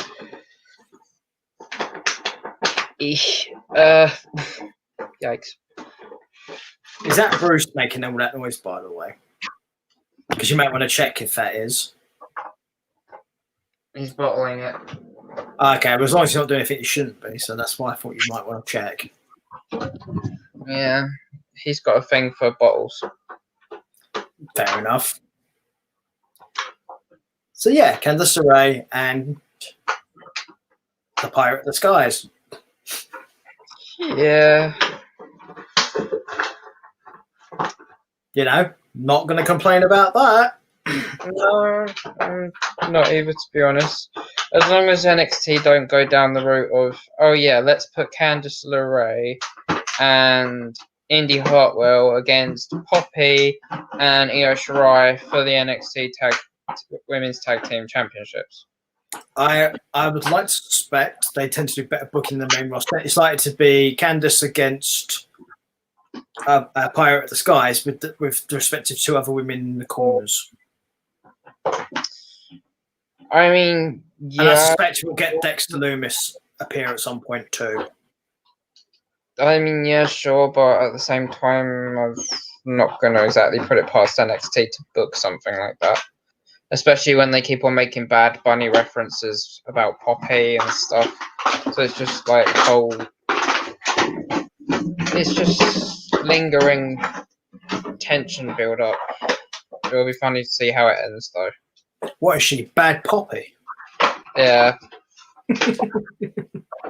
Bruce, I'm gonna shove you in that bottle in a minute. So, yeah. Next thing I have is Ember Moon versus Dakota Kai. This was one.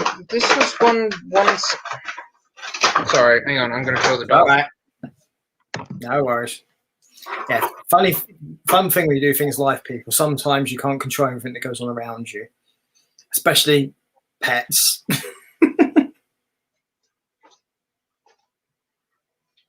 I'll make you hide under the table, you rat.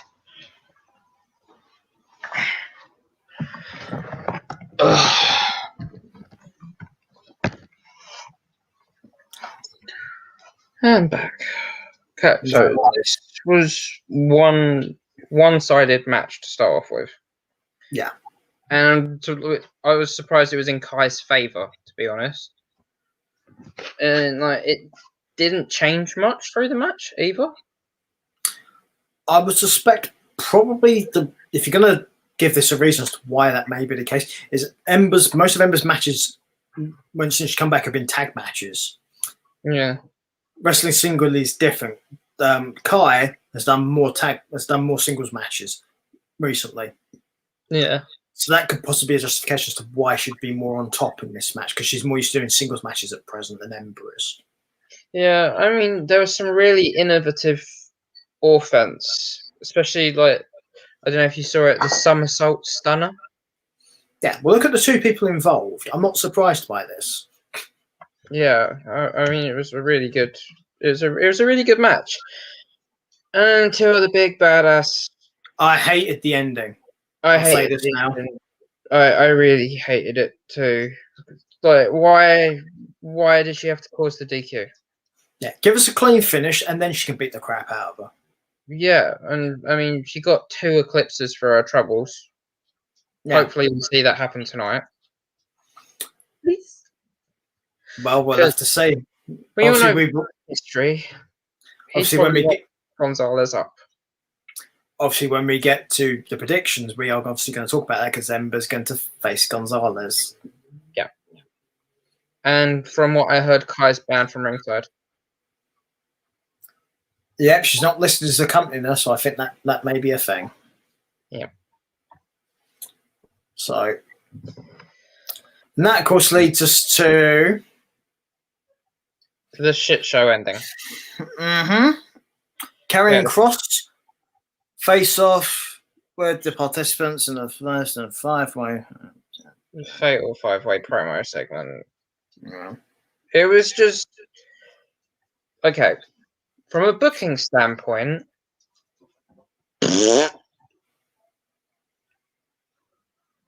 yeah.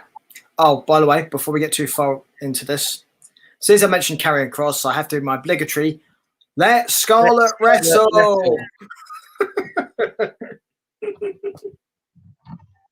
But now that I've mentioned what I thought of the booking, yeah, entertainment-wise, just a bloody measuring contest between 4 people in the match, and then literally Adam Cole came in at the end and Shining Wizard to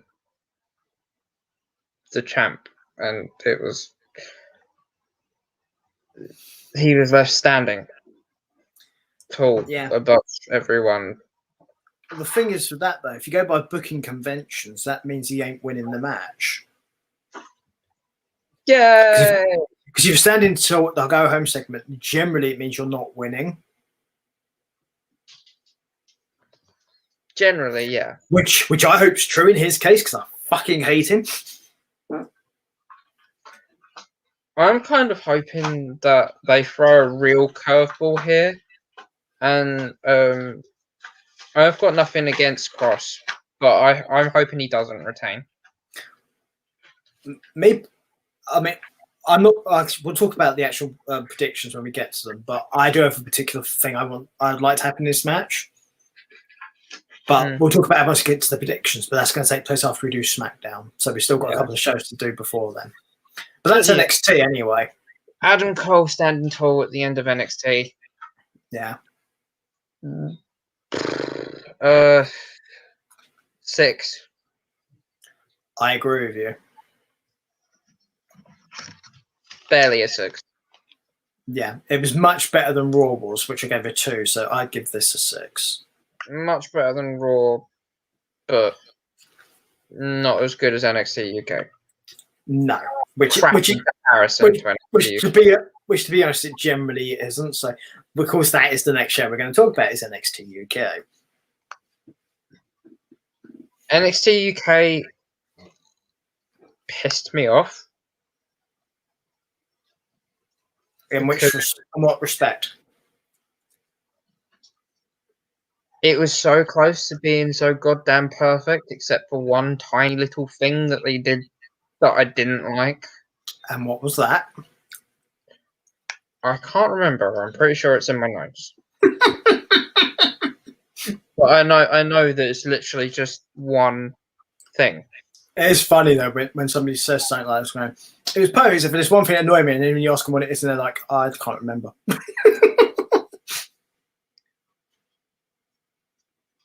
Because generally that indicates it wasn't that bad, really. It is literally at the start. Okay. Wall is open. Mm-hmm. I suspected this was it, yeah. Boring. Like, it was such a dull-ass way to start off the show.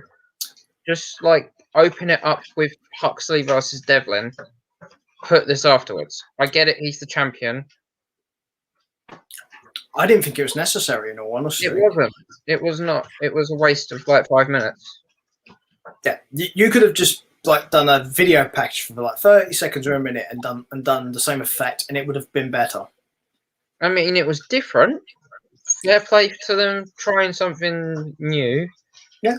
Like I don't know, like schedule wise, trying something new. Fair play, okay.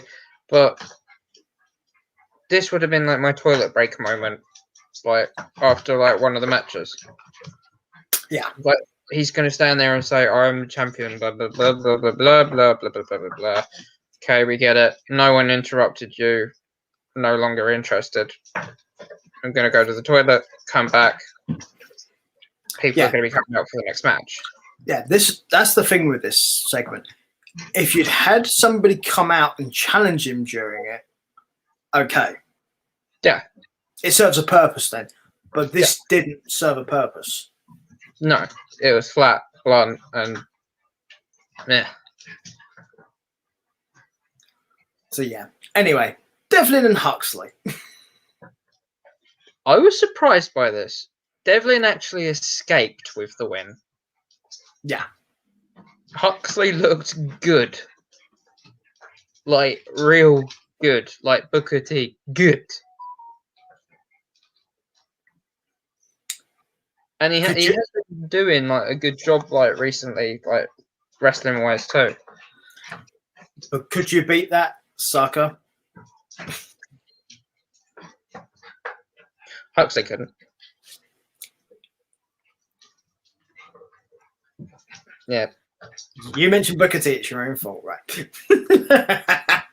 Yeah. I am not doing a spinneroonie before anyone says anything. No, you don't want a trip to A&E. No, I also don't have enough room in here to do it, so. No. I can actually do one, I'm just not doing it now. I thought the funky chicken was the extent of your dancing capabilities. No, the spinneroonie is a martial arts thing. It's actually quite easy to do.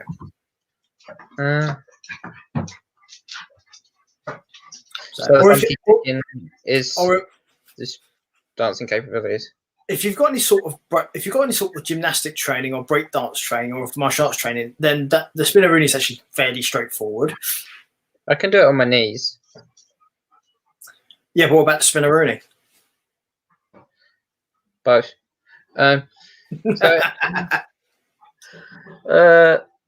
Next we had. So yeah, the Huxley versus Devlin match was really good. Like, yes. it was actually probably like what it was one of it wasn't match of it wasn't match of the match of the week in WWE, but Yes, but it was close to it. yes, I was going to say, but at the same time, it still outshone most of the other matches at places. Yeah. WWE. Yeah. Definitely a close second to like the match of the week for me. I have a suspicion what your match of the week is, by the way. Am I right in assuming it's the NXT Women's UK Championship match? Yeah. Yeah. We're not there yet anyway, but I assume that would be number one. But yeah, Huxley and Devlin, I won't be opposed to seeing it again. Like maybe in a couple of weeks or something. To be fair to NXT UK, they tend not to do repeat matches that frequently. Or if they do, there's a space there. Yeah, which WWE on the other side of the pond can actually probably learn from. Yeah. But yeah, Vince doesn't watch NXT. If he did, maybe he'd learn something. We certainly doesn't watch NXT UK. We're pretty sure on that one. Yeah.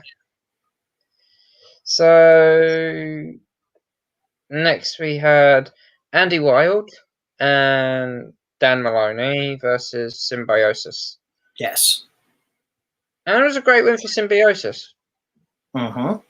Nothing wrong with it, really. No typical heel victory. I would say, obviously, for the benefit of those who don't get to watch NXT UK regularly, you might want to mention who is in Symbiosis. Symbiosis is it used to be Wild Boar, but Wild Boar's not in that anymore. It's Primate and Tyson T-Bone, who are a pair of very nasty individuals. There you go. Because that lets people know who's in the faction, so it helps them. Yeah. And they're managed by Eddie Dennis, which is basically the British version of Paul Ellering. Yeah, there you go. It's a good way to explain it to people. Yeah. Don't think you're particularly wrong with that description either. That would be a good way of putting it. But just don't mistake Primate and T-Bone for AOP, because they're nothing like AOP. No, but those of you who have got older memories know Ellering was the manager of the Legion of Doom, the Road Warriors, which is a very different prospect to what AOP were, and probably more like Symbiosis. Yeah. Especially with the Primate, and T-Bone to a certain extent, I guess, but his is more like. I would say Primate's a good show. I think Primate is much more like Animal and Hawk. He's a throwback to Animal and Hawk, definitely. But yeah, it was a good win for Symbiosis. Very typical heel, but of course it's British wrestling, so yeah. But the thing is, if you're a heel and you win in a heel fashion, that's okay. You're a heel. Yeah. So next we had the T.O. Man segment, and he called out Smith's partner after injuring Smith last week in what was quite a brutal match. Yeah. And typical heel stuff again. Yeah. Again, this makes sense. Yep. Nothing wrong with it. When I say typical, I don't mean it as in a bad thing. I say typical as in like it's the characteristic of an individual that is supposed to be doing that. Yeah. I mean, it's always a good thing to caveat with, because when you say typical, usually in WWE terms, it's usually a negative context. But if you're a heel doing a typical heel thing, that's what you should be doing. Yeah. If it's a typical WWE thing, it generally is a bad thing. Yeah. Except for when it's a good thing, which is hardly never. That's why I said typically. And then say all the time, because there are exceptions, obviously. Yeah. And then we got told that next week we're seeing Gradwell versus Wolfgang. Oh, I'm sure you're going to hate that, aren't you? if Gradwell doesn't have a broken nose, that I'm going to question. I'm going to question quite a few things. For those of you who want an idea of what this will look like, it'll be like Aaron will be like one of those people who used to sit in the Colosseum and watch the gladiators fighting. He'll be going, "Kill him! Kill him!" Yeah, I'll just be like going like, yeah. I'm surprised that this doesn't have a stipulation, but for some reason, the Gallus members, not Mark Coffey and Wolfgang, have decided that they want to try and outdo each other. And they were in Sid Scala's office talking about having some singles matches. And Gradwell walked into the office and said, "Sorry to interrupt your stupid meeting, which means absolutely nothing." And then as he closed the door, he said, "See you later, yogurt." And Wolfgang said, "I want him." And he said it literally just before Mark Coffey said it. So yeah, Gradwell kind of walked into this one on his own wrongdoing again. First Ilya Dragunov, and now Wolfgang. Yeah. Talk about poor life choices. Yeah. But those two trying to outdo each other, though, going back to that makes sense, though, because it's in character for them. Yeah. It is kind of making me wonder whether or not Gallus may be due to implode soon. Possibly, but it depends on how they handle the one-upsmanship thing. Yeah, because I mean, if you look back at Gallus, wasn't always Gallus. It was originally the Coffey brothers. Right. They became Gallus after they kind of befriended Wolfgang. Yeah. There was a week in between, and then they came out with brand new music and called themselves Gallus. Yeah, but you can't really call yourself the Coffey brothers if you've got like another person who's not a brother. That'd be a bit weird. Yeah. And what made me kind of confused about it was that Joe Coffey went into singles competition, and Mark and Wolfgang stayed in the tag team division. I was just like, I would have thought that the Coffey brothers would have gone into the tag team division, and Wolfgang would have gone into singles. But the way they've done it has actually worked really well, because I mean, Wolfgang and Coffey were the tag team champions and the longest reigning NXT tag team champions at that. Well, that's my thing. Is maybe that's how the individuals wanted it in that respect. Yeah, possibly. Also, I'm thought into that, I guess. Yeah. Also, when you're in a faction like that, you have the flexibility of rotating out who's in the team and then who's the single. Yeah, I mean, they used to use that all the time in the New Day, but I've not seen a faction like the New Day in WWE for quite a while. Since the New Day split, they haven't really had that. They haven't really had that thing where they like switch around their partners in the stable. Well, for those of you who are not old enough to remember such things, the very first time that stuff was ever done, and talking about when they held title belts, was the Freebirds. That's why it's called the Freebird rule. Yeah. Which was Michael Hayes referred to earlier. That's Doc Hendricks, for those who don't know any better. So it was Michael Hayes. Do you know the other two members of the original Freebirds? It's no shame if you don't. It's quite hard. I want to say Ric Flair. No. Flair was a horseman at that point. Oh, yeah, horseman. So it's all right. I'll say who that was. Terry Gordy and Buddy Landau. I was just about to say Buddy. So there you go. But those were the three original ones, and they would interswap all the time with stuff. So yeah.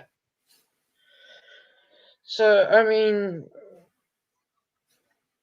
I'm surprised they didn't use the Freebird rule to their advantage in the Gallus stable. I think they would have could have done a lot more tag team wise if they'd have done that. But well, the thing is that rule does exist in WWE as in general, so you'd think they would be able to use it. So yeah, I think it's a bit odd.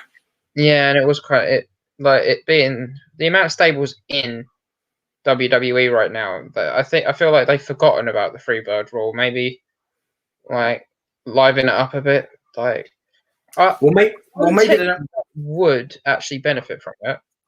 Hit Row. Right. But as I say, maybe they don't want every faction team doing it. Would possibly be the other reason why they're not using it. Yeah. Yeah. But I think that would actually work. The Freebird rule with Hit Row because it's their style. Also, for a new group that's trying to establish itself, it's probably not the worst idea. No. But anyway, yeah, we're getting Gradwell and Wolfgang next week. Yeah. And that brings us to our main event. Aaron's favourite match of the week. I think this is definitely candidate for match of the year. Yeah, I'm not surprised by that statement either.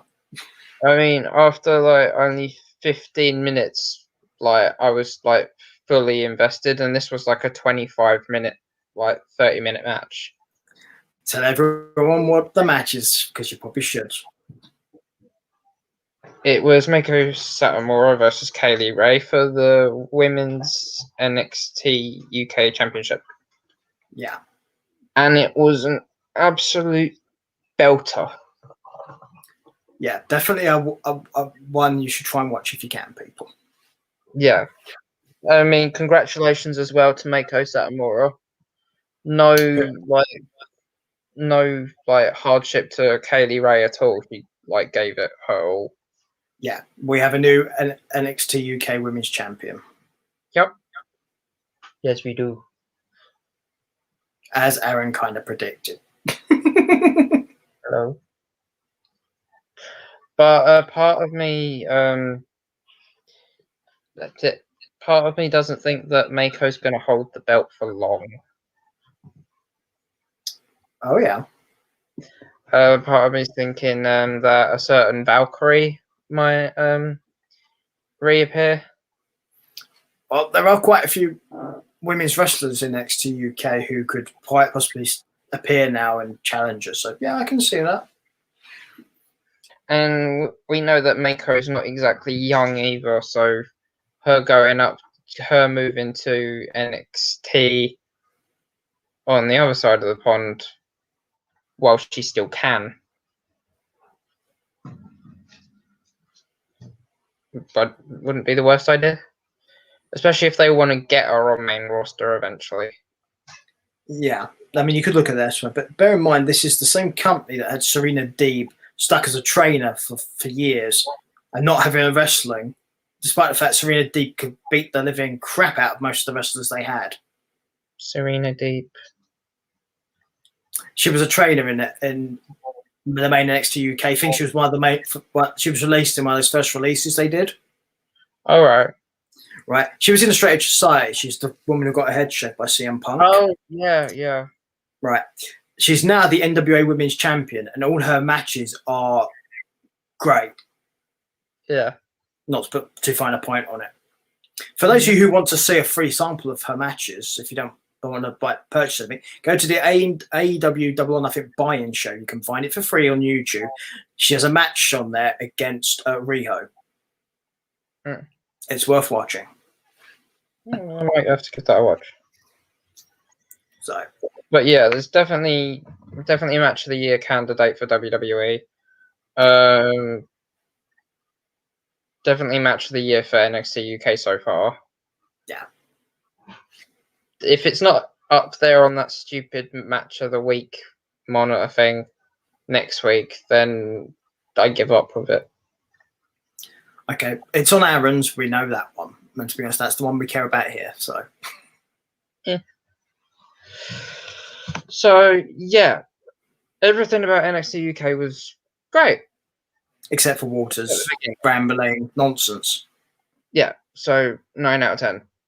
Yeah, I mean, I'd go as far as to say 9.5, but the whole water thing just really pissed me off. Yeah.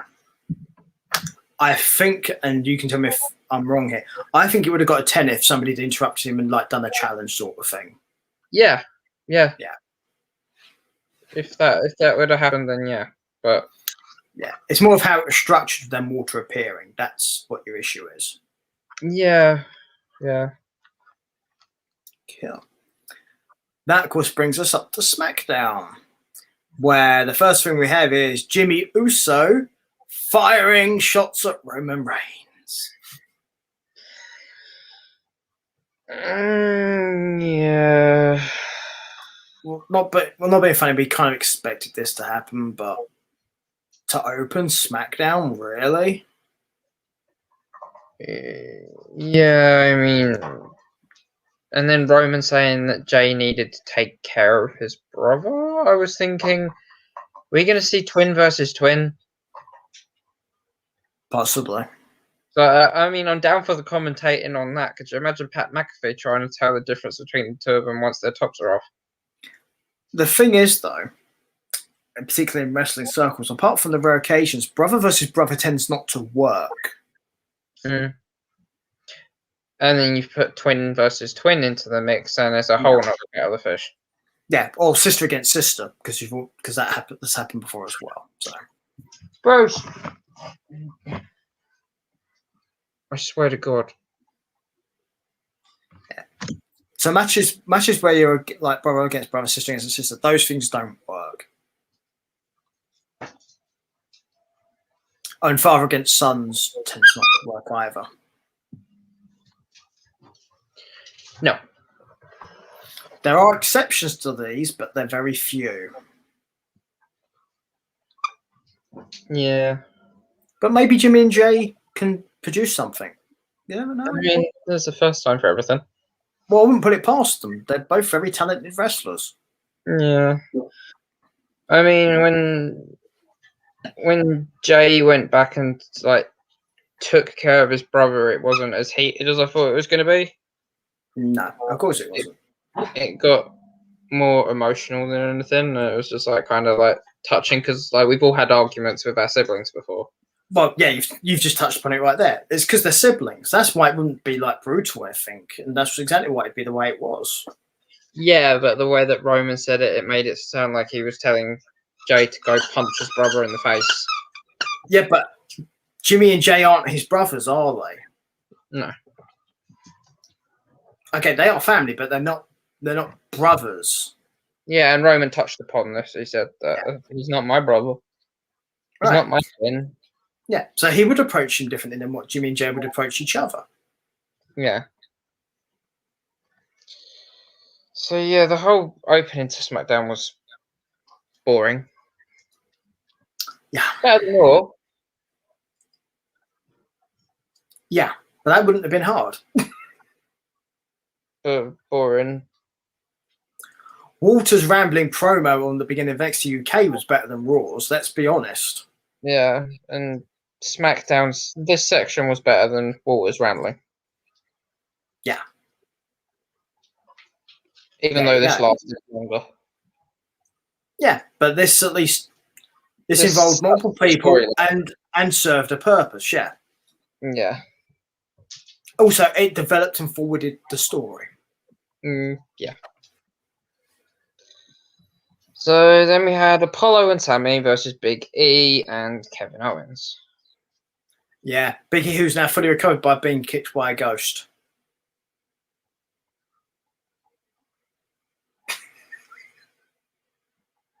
He called Ghostbusters.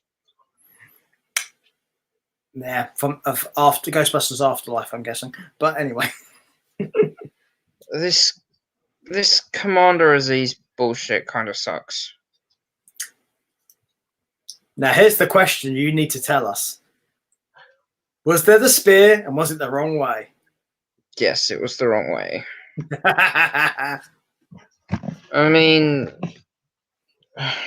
this was boring, to be honest. Even with the talent in the ring. Yeah, that's criminal. All four of these guys are really talented and it should never be boring. A good win for KO and Big E. Yes. And then we're just getting told that we're going to see a rematch next week, except Sammy's swapped out for Aziz. So he's making his debut on SmackDown. I'll be interested to see Aziz. I'm not going to lie. I'd be curious to see what he does. Yeah, I'll be finally like see what else he can do with the rest of his other 9 fingers, legs, arms, and general mass. Yeah, that to me at least makes sense. But it's good to see, as you mentioned, Owens and Big E getting a win here, because I think this is a good thing for them. Yeah. Then we had Carmella versus Liv Morgan, the rematch. I was surprised at who won this. It was botchy. Yeah. It was botchy as hell. But Liv got the win. Yeah, that surprised me. The Liv won, I mean. Yeah. Not that it was botchy, because the botchy thing, I'm pretty much certain is down to the fact of Liv Morgan has pretty much been doing tag team wrestling for God knows how long. And that's when she's been on telly. Yeah, I mean, like, it wasn't even so much Liv's fault as much as it was the camera guy that fell over. So people were more focused on, like, I say people, I say, like, I'm generalizing here, because I was more focused on the fact that the camera guy almost fell over, because I was so busy laughing at the fact that the camera guy almost fell over. Yeah, that's fair enough, because obviously you've watched the match and that's what you've seen. So yeah, that's how you explain it. Yeah, makes sense. So I mean, if people ask me what did you think of the Carmella versus Liv Morgan match, I remember Liv winning because I was kind of shocked, but what I remember most is the cameraman falling over because it was funny. Yeah. I've got to say, in all honesty, that I like the fact Liv won. I like Liv Morgan as a wrestler, but it surprised me she won this match. Yeah, same, especially over a previous SmackDown Women's Champion. Yeah. Former Miss Money in the Bank. The list goes on, but... Yeah. There you go. I mean, what's with Carmella using this whole beauty contest gimmick? I mean, I don't like it at all. God knows. And still, the most beautiful woman in WWE, Carmella, right? Not even close for me. No. I'd say Liv's prettier than Carmella. I would agree with that. I mean, not that WWE is a beauty contest, because let's face it, it really isn't. Well, it shouldn't. Well, the thing is, they're wrestlers. You're not. It's good if they look nice, but that's not the main reason that you should be watching it. No, I mean, it really shouldn't be a beauty contest. I mean, aesthetic. As long as you've got nice looking aesthetics, that's fine. But you don't need somebody to look like a drop dead beautiful model, for example. That's not what they're there for. But WWE do like their model types. Evolution. Sorry. Yeah, you kind of saw where I was going there, didn't you? So yeah. You mentioned this beauty contest thing with Carmella. That stinks of Eva Marie. Yeah. And bear in mind, Carmella was one of those failed incarnations of the Emelina gimmick, as was Eva Marie. You do realize Mum will kill you if you eat her shorts. But yeah, here's something. Although what happened after that, I really did not like. I thought this was a complete waste of time. Ding dong. Agree to disagree. Okay, why do you think this worked then? I mean, don't get me wrong. Seth being on it, he looked like a Dulux paint shop. That's true. I'll give you that. I mean, the Drip God is a new nickname I find absolutely hilarious. Also, it's a name you should only give to Ric Flair, but that's just my opinion. But I liked the episode even before Cesaro made his return, because like it was funny in like multiple, like it was funny, kind of entertaining, and that's what WWE like does. Entertainment, like it had the entertainment factor. Yeah, I mean that's fair enough. For me, it wasn't for me. But at the same time, wrestling should be a variety show. So Yeah. you're not going to like everything.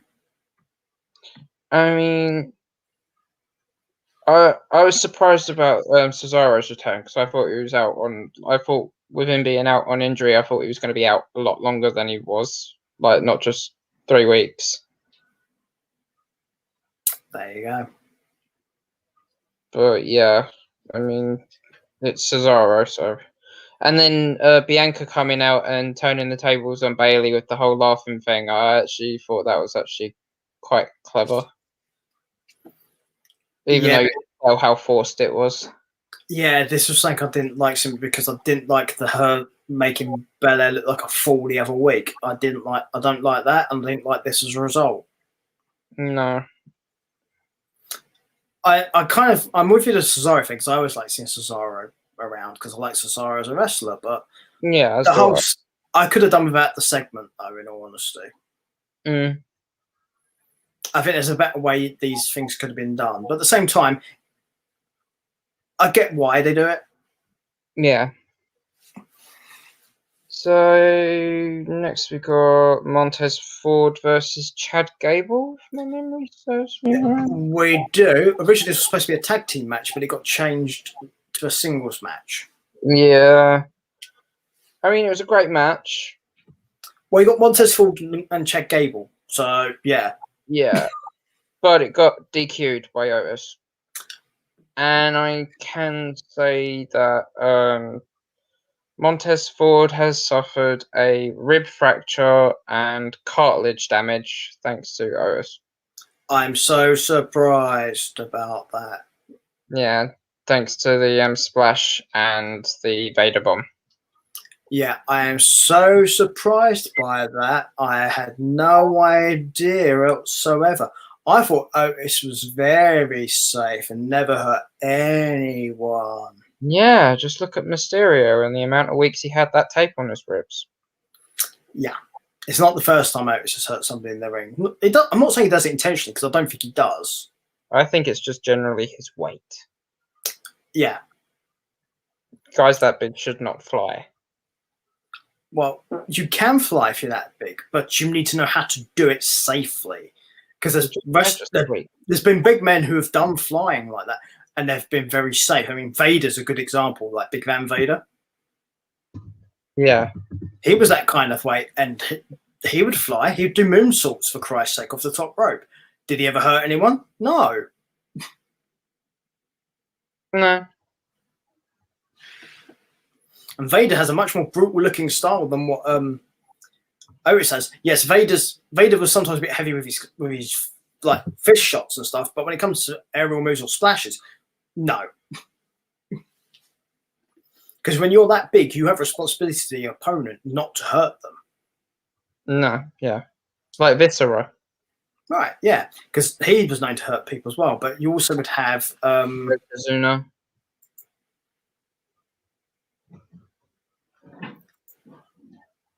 Yokozuna, well, there's a good example actually.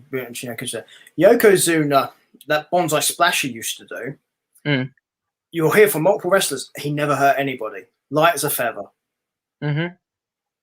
And that's because they took care of people. And I think that's another issue with Otis. I think he gets too excited and forgets to take care of his opponent. And most of these wrestlers weigh more than what Otis does. Yeah.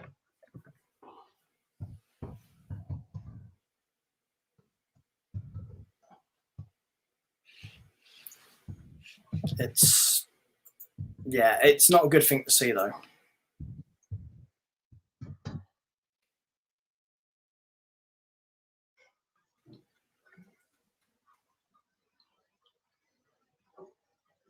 Okay. So yeah, the noise you heard was me readjusting in the chair. Because I've got padding and stuff on this chair, and when I move it makes noises. It didn't sound like padding. I was just like, I heard it and I was like, it's different types of material that are rubbing and creating friction. So when I move, it makes that kind of noise. So that's what you heard. Yeah. So just to be clear, I can understand why you thought that though. Yeah, it's the way that you move. It was the way that you moved at the same time, like kind of sat up, and I was like, yeah, that's just me readjusting in the Yeah. seat, because what happened was basically the other day I ended up straining a ligament in the back of my knee, so every so often I have to move. yeah, I know what that's like. So it doesn't lock up. So I mean, it's nearly better now, but I'm still trying to take care of it, so I have to move every so often. Yeah, I did a 2-hour Minecraft stream last night on Twitch, and I was sat up straight for like the full 2 hours. So obviously, like concentrated. I laid back afterwards, and like my knee had locked. Yeah. Where I'd had my legs crossed for 2 hours, and I was just like I couldn't move. I just like kind of like tried to get back up, and I was just like awkward turtling on my bed. No, I gotcha. I mean, because also I cycle a lot, like go around out cycling. So I've been doing that even with this happening. And the trick to that is every so often you just have to take the leg off the pedal and just straighten the leg out and then pull it back. But the fact is, the more you keep using the leg like that, the quicker it will heal. Yeah. Because you shouldn't be trying to stop it from bending and stuff, because that's the worst thing you can do, because it'll actually make it worse. Mm-hmm. So you just have to make sure it keeps doing movements until it's better, so that it doesn't get too complacent into like, no, I'm not doing that anymore. I'm not moving. Mm. It's the same reason why sometimes they have to re-break bones in people, because they don't set properly. Yeah. Similar sort of deal.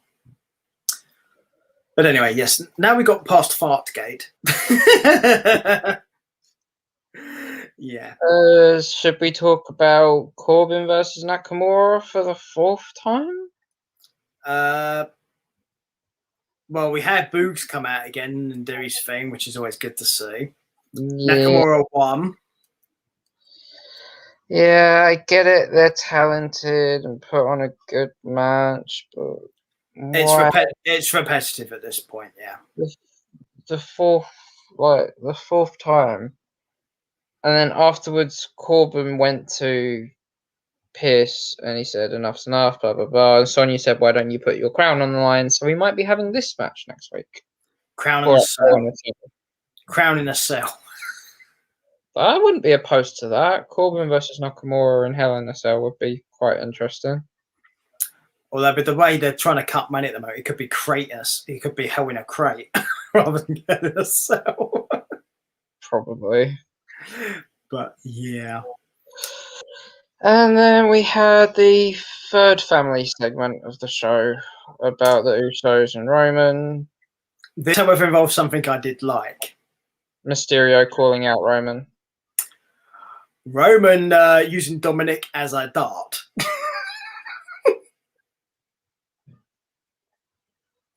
Huh? Did you not see this? He yeeted him out the ring. Yeah. I liked that. That was fun. Yeah. I liked how they moved the crash bag out the way really quickly, though, so you didn't see it. Yeah, I don't have it. Yeah, but I don't have an issue with them using shit like that. When there's not fans there and you've only got the screens, use stuff like that. I have no issue with that. The fact that he actually yeeted him as well, how high he threw him. I was that's like, that's why I liked it, because that's him, but that's also him getting help from Dominic as well. Yeah. It looked good, and that's what you want from something like that. Yeah. It was an up for me, the whole yeet thing. Yeah. I was just like, I could see this again. Can I watch it in replay? Yeah, some people have this weird thing about when people do falls off of things, or when that sort of stuff happens, like when people fall off Hell in a Cell and stuff like that. It's like, oh, they're in a crash mat. Good! I mean, like, I will say this, like, the whole thing with Rey Mysterio being out first and him calling out Roman, it interested me. It got my attention. But then Roman's whole entire 5-minute entrance made me lose interest. It took too long, yeah. It was way too long. And it lost the majority of my interest. Dominic getting yeeted gained my interest back. Oh, so yeah. I was like, is he okay? And then I remembered the crash mat. And I was like, okay, he's fine. He's gonna be fine. He's gonna lay on the floor and look like he's hurt, but he's fine. Yeah, but that's as I said before. Like, while there's no fans there, use crash mats. Don't have an issue with it. Yeah, no, me neither. I mean, the challenge by Mysterio for Hell in a Cell against Roman. Called it. Called it. Yeah, you did.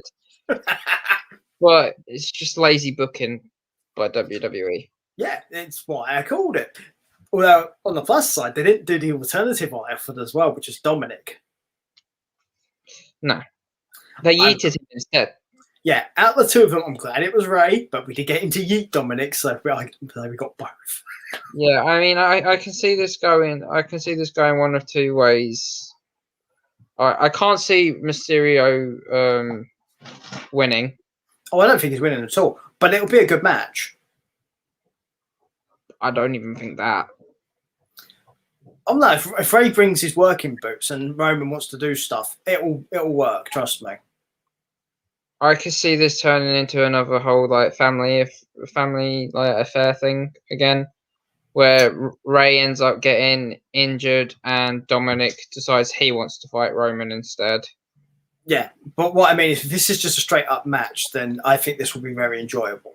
Yeah, I mean, this could develop into like quite a good storyline, and if the writing's good, then we could see Cain Velasquez back versus Roman and both the Usos.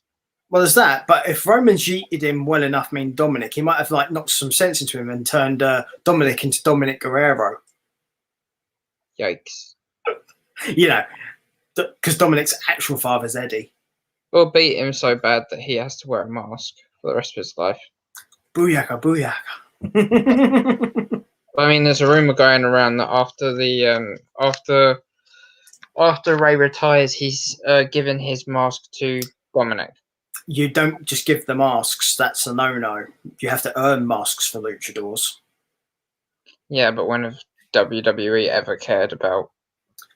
No, it will actually matter, because if it's the Latino market you're aiming at, it does matter. It's important, because you, as a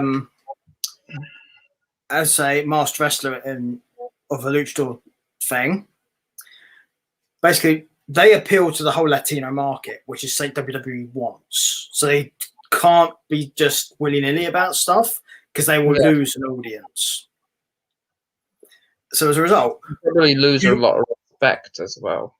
Yeah, because you also got to look at the fact of Rey Mysterio himself didn't start off wearing a mask. He had to earn that mask. He eventually was given the right to use that mask by his uncle, the original Rey Mysterio, because Rey had got to a point in his career where he'd earned the right to be given it. Mm-hmm. If Dominic could go through a bunch of challenges where he earns the right and the privilege to have the mask, then fine, that'll work. But you can't just go, "Oh, here's my mask." Yeah. I mean, if they do it that way, then fine. Yeah, get him to earn it. Yeah. Also, it's something you can make a story of. It's also a story you can have go on for a long period of time, so it gives you something for them to do. Mm-hmm. I just hope they don't make Ray wrestle maskless. Like afterwards, after he's retired, that's it. Just retire. Well, if Ray eventually does, if Ray actually retires, I think that will be it for Ray. I don't think you'll get him back. I mean, he could do some great work at the PC training. Yeah, I meant as in ring stuff. I mean, once Ray actually retires, I think he'll be retired. If he ever retires. Yeah. He could be a Latino Ric Flair. Well, the thing is, there's going to come a point in Ray's career where I think he will have to stop, because there's so many knee operations that he gets older, it's going to get harder for him. Yeah. I mean, you can tell he doesn't move as quick as he used to, and after his matches, he starts limping, especially after 20 minutes matches and stuff. Yeah. Even if he hasn't been injured in the match, neither of his legs haven't been injured in the match, he's still limping to the back. And that's only going to get worse as he gets older. Yeah. I mean, if he has his way, he'll probably carry on competing until he has to crawl out to the back and say, "Paycheck." if he could physically do it, then yeah. But bear in mind, he's also got an agent, which is Conan, and Conan's not going to let that happen to him. That's not in Conan's nature. No. Because Conan, because unlike most agents, Conan's also his mate. Mm-hmm. So he'll be like, "Hey, that's enough." Yeah. Because as far as unlike other contracts, when Ray's contracts come up, the WWE don't deal directly with Rey Mysterio; they deal with Conan. Yeah. And Conan is a very smart man. He is not a dumbass. No.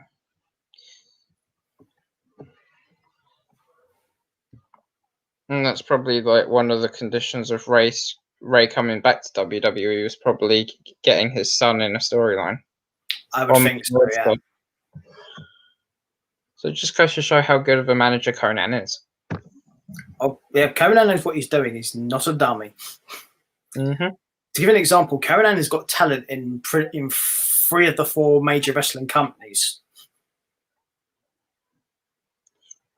Wow. Yeah, not a dummy.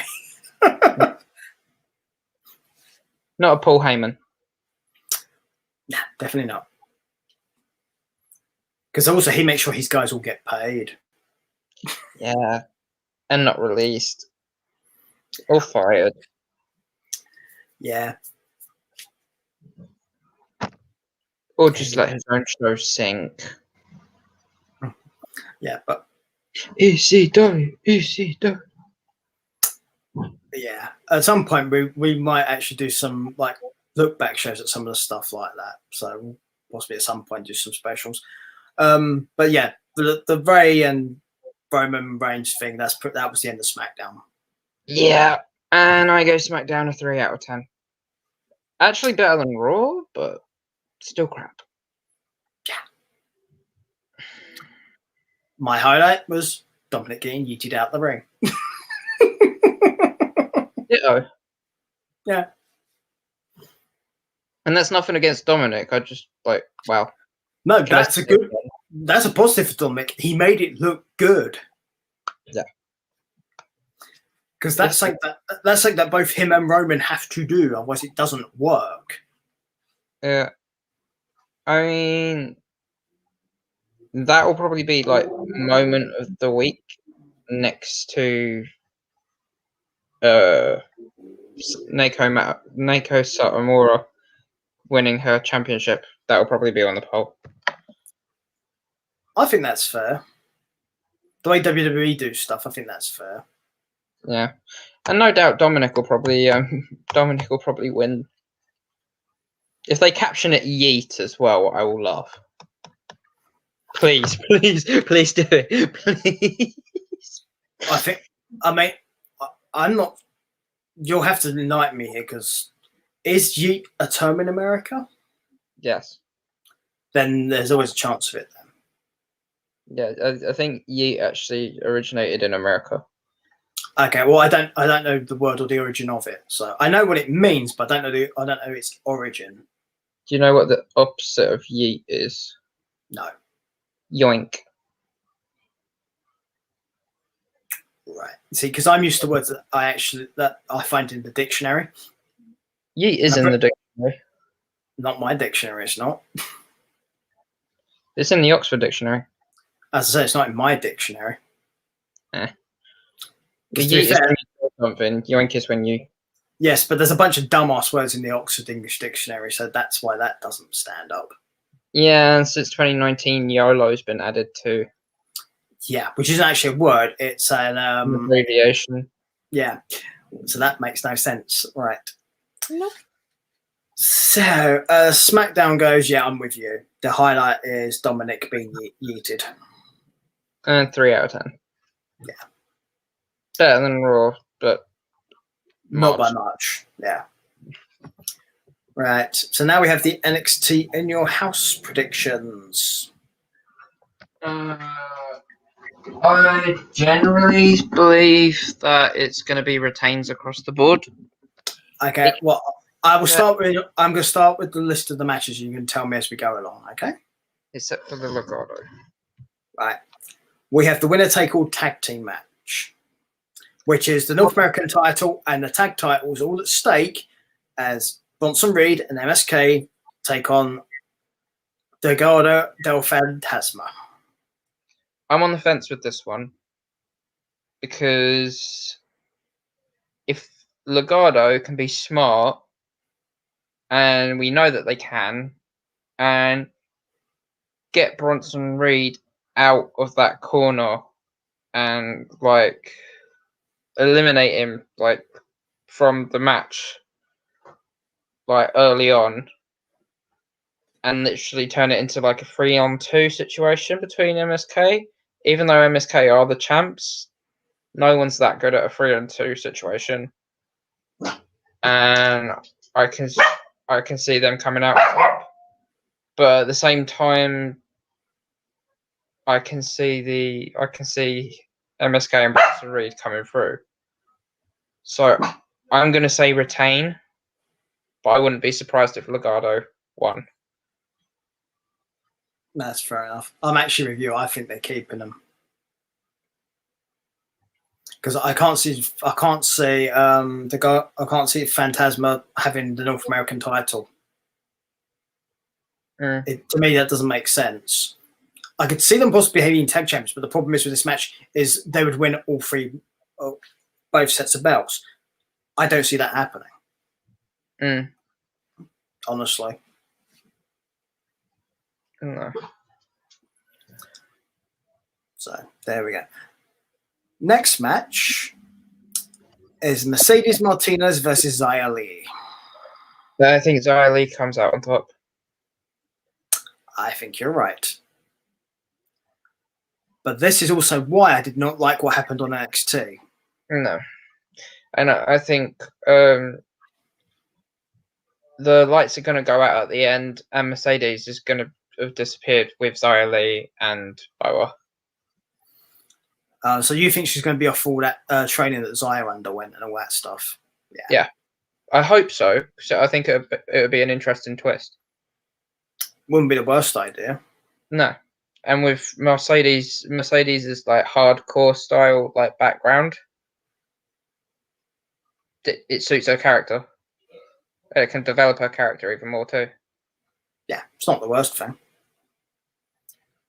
So there you go. So next up, the $1 Million Championship Challenge ladder match. I think Grimes. Otherwise, all this build-up's been for nothing. Yeah, I can see why you think that, but I suspect there's going to be a swerve here. I think it's Knight. And I think DiBiase is going to cost Grimes the match. Yeah, I mean, I deep down I think Knight too, but I don't know. I've just got kind of a thing. I think Grimes for some reason. I get what you mean. I would prefer Grimes because I prefer Grimes as a wrestler, but it's the WWE way is to like swerve people for these sort of things. And also, DiBiase is involved, and DiBiase is never upfront about stuff like this. So that's my other reason. I don't even want to watch this match, to be honest, because I'm just bored of the whole $1 million concept. So I don't care who wins. But I reckon Grimes. I'd say but the thing is, at the same time, discount the $1 million stuff, $1 million man stuff, and being involved. Another match between these two wrestlers. Yes or no? Discount the whole $1 million championship bit, the $1 million man thing. These two guys as wrestlers in another match. Yes or no? Yeah, sure. I mean, I haven't really seen much of LA Knight in like the stipulation matches, so I don't know like how he is like creativity wise. He's not done a lot of them in his career in total. And Cameron Grimes, who has, by the way, he's done a lot of these sort of gimmick matches. He used to be in the Impact X division. Oh, what, Grimes? Uh-huh. Yeah, well, like from what I've seen of him, like in the NXT, kind of stuff, and like what he's been doing, like especially like Dexter Lumis with the zombie match or whatever that hell that was at Halloween Havoc. Yeah, it was. I don't know. In a normal match, yeah, sure. Ladder match, I'm just too uncertain to really say yes or no to it. I guess I just have to watch it and find out. That is fair enough. But if you want to catch Grimes in these sort of match like ladder matches, you need to catch his TNA Impact run when he was Trevor Lee. Yeah. Because he did do a lot of Ultimate X matches, and those essentially are ladder matches and gimmick matches. So yeah, it'll give you an idea of what you may expect from him. Knight, however, is harder because he hasn't been in anywhere near as many sort of those type of matches. No. So I would be curious to see what they do. That's my honest answer to that one. But I do think Knight's going to win because I think DiBiase is going to cost Grimes the match. Please don't lick my face at that. No. So that's what it comes down to for me anyway. Right, so now we have the Women's Championship match. Hi, Bruce. Which is Ember Moon challenging Raquel Gonzalez. I want Ember to win, but yeah, Raquel. I'm gonna put one out. I'm gonna go for Ember, and I reckon this will be the start of the Dakota Kai Gonzalez feud. I think Kai's going to cost her the match. She's going to interfere and it's going to backfire. Yeah, I can see that happening. So that's my theory anyway. I mean, I'd like that to happen. Because they are going to it's going to happen eventually where they fall out and they feud. Yeah. And this is as good a place as any. Be because of a win or a loss. Plus, I'd also like to see Ember get an actual proper run with this belt, unlike last time. Yeah, because of Shayna Baszler. Yeah. She who is threatened by dolls. Mm-hmm. So. Dolly Mirror. Right. Now to the match I'm least looking forward to. The 5-way match, which is Karrion Kross versus Kyle O'Reilly versus Adam Cole versus Johnny Gargano versus Pete Dunne.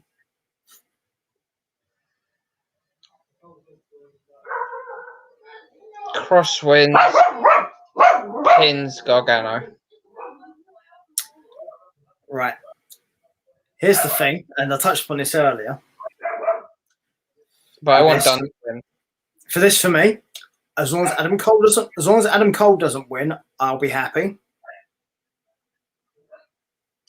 It's as simple as that. But what I think is going to happen, I don't want Adam Cole, and I don't want Gargano to win. I have less of an issue with Gargano than I do Cole, because you can make Gargano work in this scenario. I don't want them to win because I don't want them to become 3-time NXT champions. Oh, I don't think it's a good, but by no means do I think it's a good idea. But it's better than Adam Cole. Yeah, but Johnny's had a championship reign recently, and I think it's too soon for him to have another belt. But by that logic, so is Adam Cole. Yeah. So Kyle O'Reilly's never had a singles belt. Dunne has, but it was a while ago. Yeah, it was over a year ago, and it was the NXT UK Championship. He's never had a United States branded main NXT titles. Yeah. So I think what I think happens if Karrion Kross doesn't retain, Dunne wins it, or O'Reilly wins it. But if Karrion Kross retains, I think he's going to be standing over all of them, and then Ballad's music hits, and we see Demon Finn again. Okay. Because Finn's Instagram's been very quiet. and it's normally only quiet when he's getting ready for a surprise. That's fair enough. And I would. That's standard as well, especially when it like comes to the Demon Finn Balor and like NXT, because that's where the whole demon thing kicked off. Apart from back overseas, Well, the demon wasn't really a thing overseas. It was it's more of an NXT thing. yeah. So to see it come back for a possible third title run, would be really good. And since Karrion Kross defeated the Prince, he didn't defeat the demon, and Karrion has the whole evil mumble jumbo TikTok killer vibe. Like, it would be interesting to see Demon Finn versus Karrion Kross. Well, I can see that. I can see how that would work too. I think if Kross loses this match, I think he's gone. I think he's main roster bound. Yeah, and if he takes Scarlett with him, I'm gonna be pissed. Yeah, because Scarlett needs to wrestle in NXT. Yeah, because I don't want Scarlett wrestling on main roster being her first thing. That would be awful. Yeah, because the way they treat their female wrestlers. Mm-hmm. However, if Kross retains, then great. If he loses, I suspect, unfortunately, it's going to be Adam Cole. I don't want it to be, but I think you're right. Yeah, I don't want it to be either. I would much rather be like Dunn or O'Reilly. Yeah, I'd be happy with Dunn or O'Reilly if Kross loses.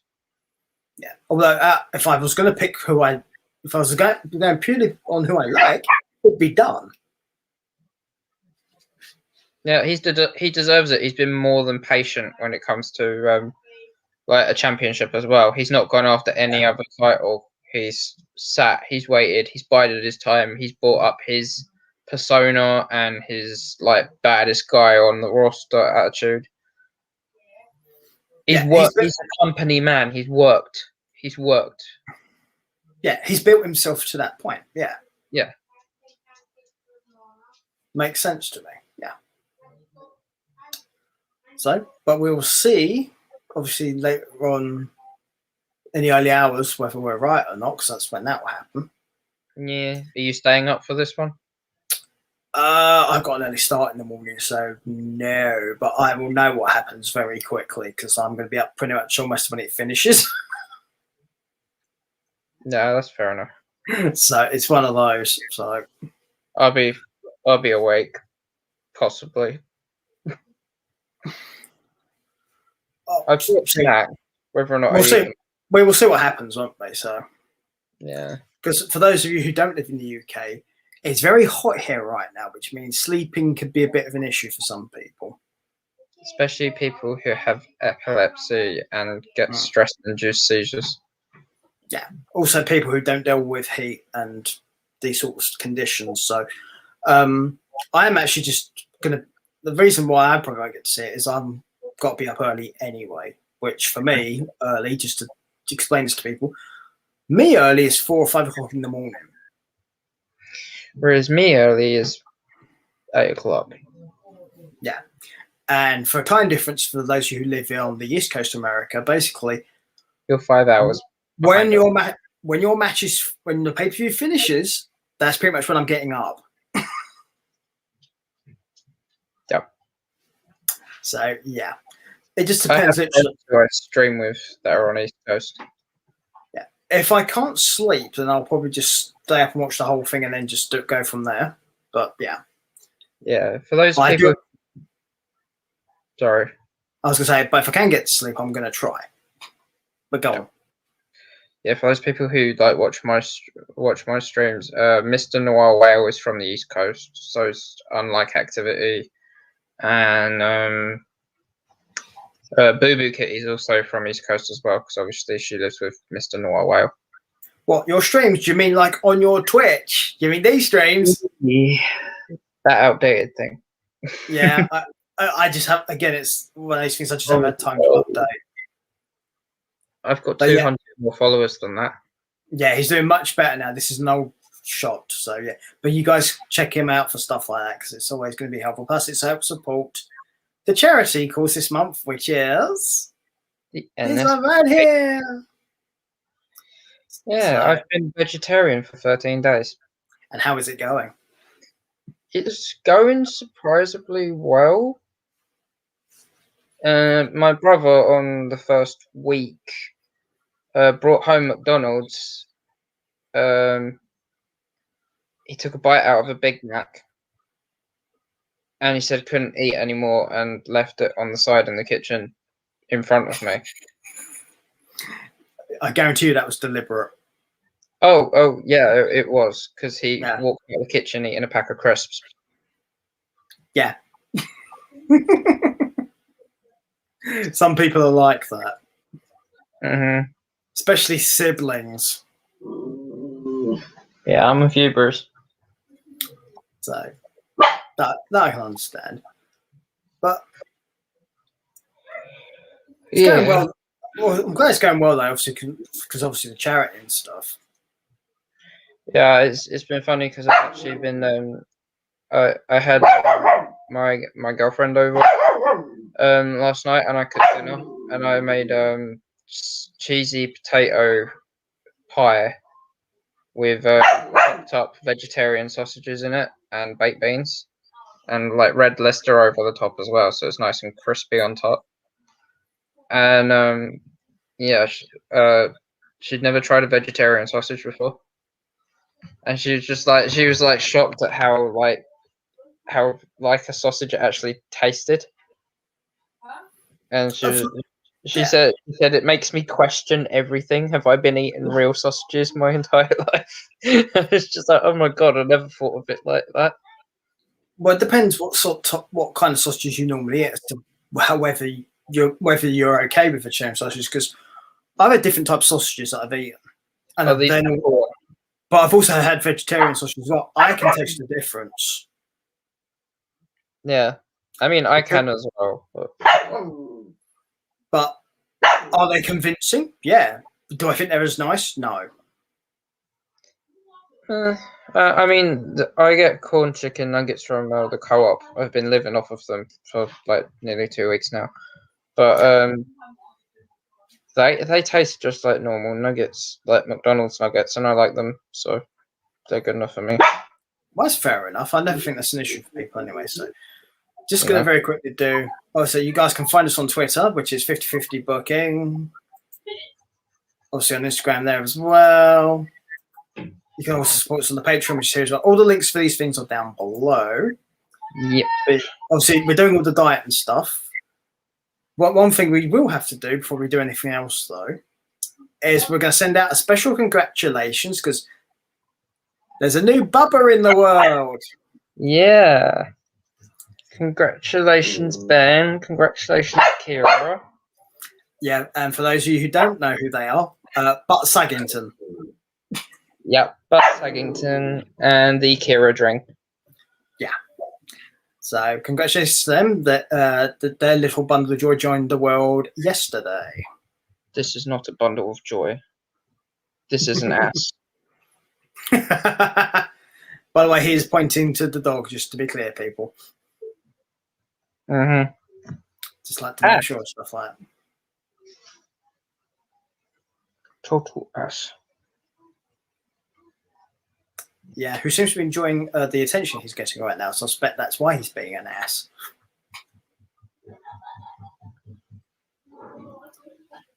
Yeah.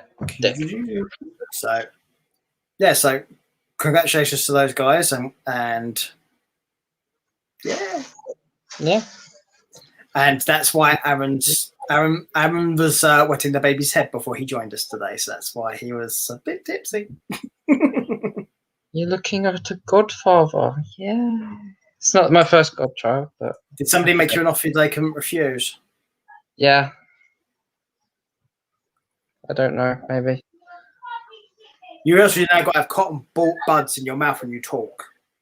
Probably. For those who don't get the reference, watch the Godfather film, you'll understand. Right. So You talking to me? That's Raging Bull. It's a different film. I know. Robert De Niro's in The Godfather, isn't he? Godfather 2. That's where I was He plays the younger version of Marlon Brando's character. Yeah. That's why I said you're talking to me, because Robert De Niro. It makes sense. There is a connection there. So yeah. Also, Robert De Niro's in a load of gangster movies, so I can understand that as well. That makes perfect sense. I swear to God.